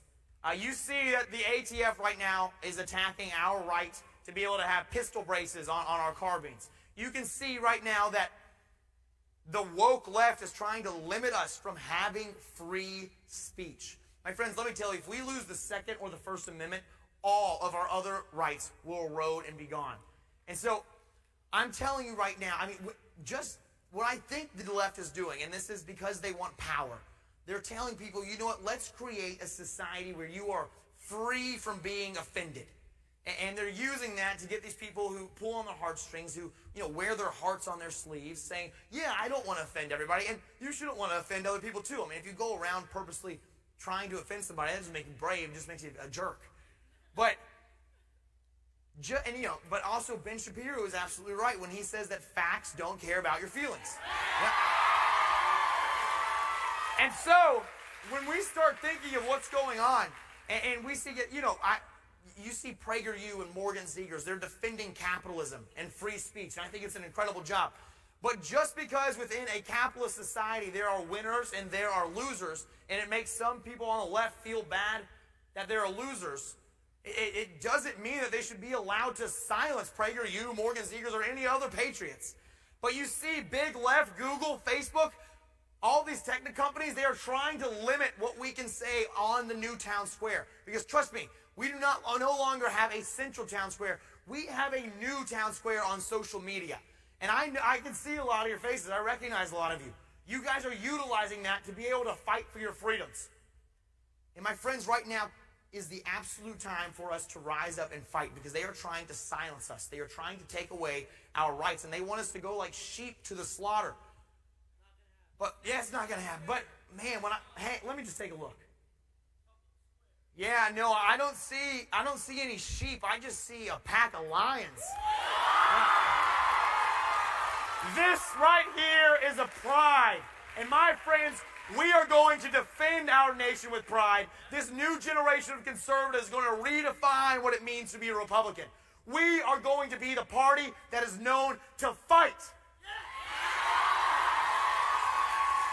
And right now, they are trying to take away, let me tell you, the #1 policy position of Democrats all across the board in state government and in national government is elections. They are trying to change the law so that they can win elections from now and into the future. And we will not let that happen. So guys, when you go back to your districts, when you go home, please get on the phone, call your congressman. I know it sounds annoying, but honestly, it's very unlikely that they'll answer, because most congressmen don't come out and want to be around the people. They want to have their bodyguards, be in their armored cars. But I've got a lot of my volunteers right here. You guys know that I love getting out and taking pictures with all of you and getting to meet you, shake your hand. So right after this, I will be out in the lobby. I think it's by, I'll be somewhere, and I want to take a picture with every single person here. I'll stay as long as it takes. But that's because that's how we need our new system of government to be. A government where it's run by the people, not just some elite few in Washington, D.C. who they think that they know better. When I was just up in D.C. for orientation, and I call these guys careers. The people that have been there like 20, 30 years, which is ridiculous. Longer than most of us have been alive. Insane. This career, when I was going back home, he put his arm around me. He said, oh, hey, man, so you headed back to hang out with all those rednecks back in your district? And I looked at him. I was like, man, I am one of those rednecks. And so everybody, I'm telling you, I'm encouraging you. Please get on the phone, call your congressman, and feel free, you can lightly threaten them. And say, you know what, if you don't start supporting election integrity, I'm coming after you, Madison Cawthorn's coming after you, everybody's coming after you. And I'm not not saying that these Republicans have to go and just jump straight on the Trump train. I don't want to tell them what they have to do. But I can tell you, I know we're all on the Trump train. But they just need to support election integrity. We need a new system where we don't have 50 little elections going on in every single state. It needs to be nationalized where we can handle it perfectly and make sure that they will not steal another election from us. And so please, call your congressman, encourage them to do that. And then my voter ID, amen. Great call. And so guys, I just want to leave you with one final note. And as I'm sitting here, amen, as I'm sitting here with all of you, you know, I want to tell you about, and I know we've said a lot of funny stuff. We've done the wheelies. It's been fun. But I want to tell you, you know, I think it will most likely hurt my career in a lot of ways because I'm going to push for election integrity and go attack a lot of these Republicans who are soft and weak and don't actually fight. Sold out, amen. And get rid of the cowards. That should be a hashtag. And it's going to hurt my career to do that. There's no doubt about that. But my friends, thank you. Yeah, thanks. But my friends, I'm telling you, nobody remembers the people that chose not to sign the Declaration of Independence. And I'm telling you, I believe that right now we are in an environment that is extremely similar to 1776. You got Governor Cuomo, Governor Gavin Newsom. You've got, and these guys are participating in tyranny, and it's terrible. And so although it might be the polite thing to do, the politically correct thing to do is to sit on the sidelines and not go out, hey man, is not go out and tell everybody what they can, to tell them that they need to vote for election integrity. Remember this. We were not created with a spirit of fear. And just as the Bible says in Esther, and you don't have to be a Christian to understand this. I think this is a tenet that applies to everybody. I believe that all of us in this room were born for such a time as this. Yeah. You know, I used to go around, and I was homeschooled growing up, and so and so obviously, you know, I could kind of define what I wanted to do in history class. It was great. So I was always like, Mom, tell me battle history. I want to learn warfare. I want to know what the Romans did. What did Alexander the Great do? What happened in World War II? All these cool things a little boy would want to know. And I always asked God, I said, God, you gave me this spirit when I want to go be on a battlefield, where I want to go defend the rights and liberties of everyone around me. But you know what? You look back, and we are in the greatest period of peace and prosperity the world's ever known after World War II. And I would always ask God, why did you give me this spirit? Why did you give me this desire to go and fight? And as I look into all of your eyes, I see people who are hungry, who are ready to fight.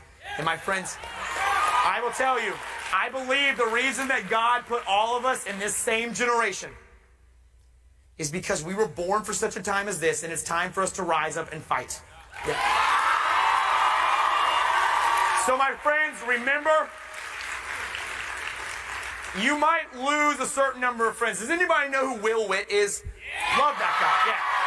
So I was having dinner with him last night, and he was talking about how people come up to him and say, yeah, you know what, they'll lose friends if they come out as Republicans and conservatives. We're not Republicans, we're conservatives.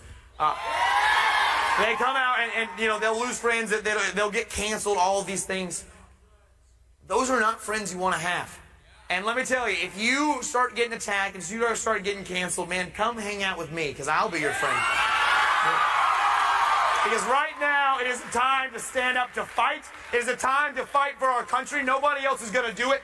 Remember, when the establishment tells you in 2022, 2024, when you're running for Congress or whatever positions you're running for, and I am supporting you, when the establishment tells you you need to wait, this is the last thing I'm going to leave you with.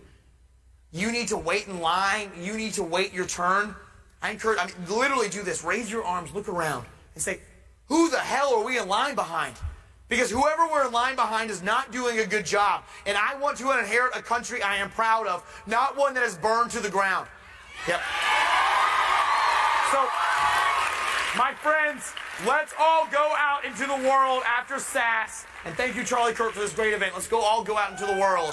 And let's aspire to create a country that is so great and that is so welcoming to everyone with open arms, no matter what your religion is. I don't care what your race is. As long as you love freedom and liberty, you are welcome in this party.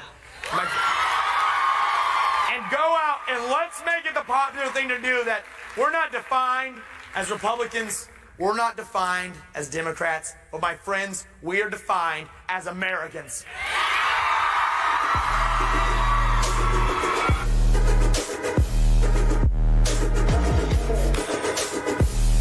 Ladies and gentlemen, that concludes our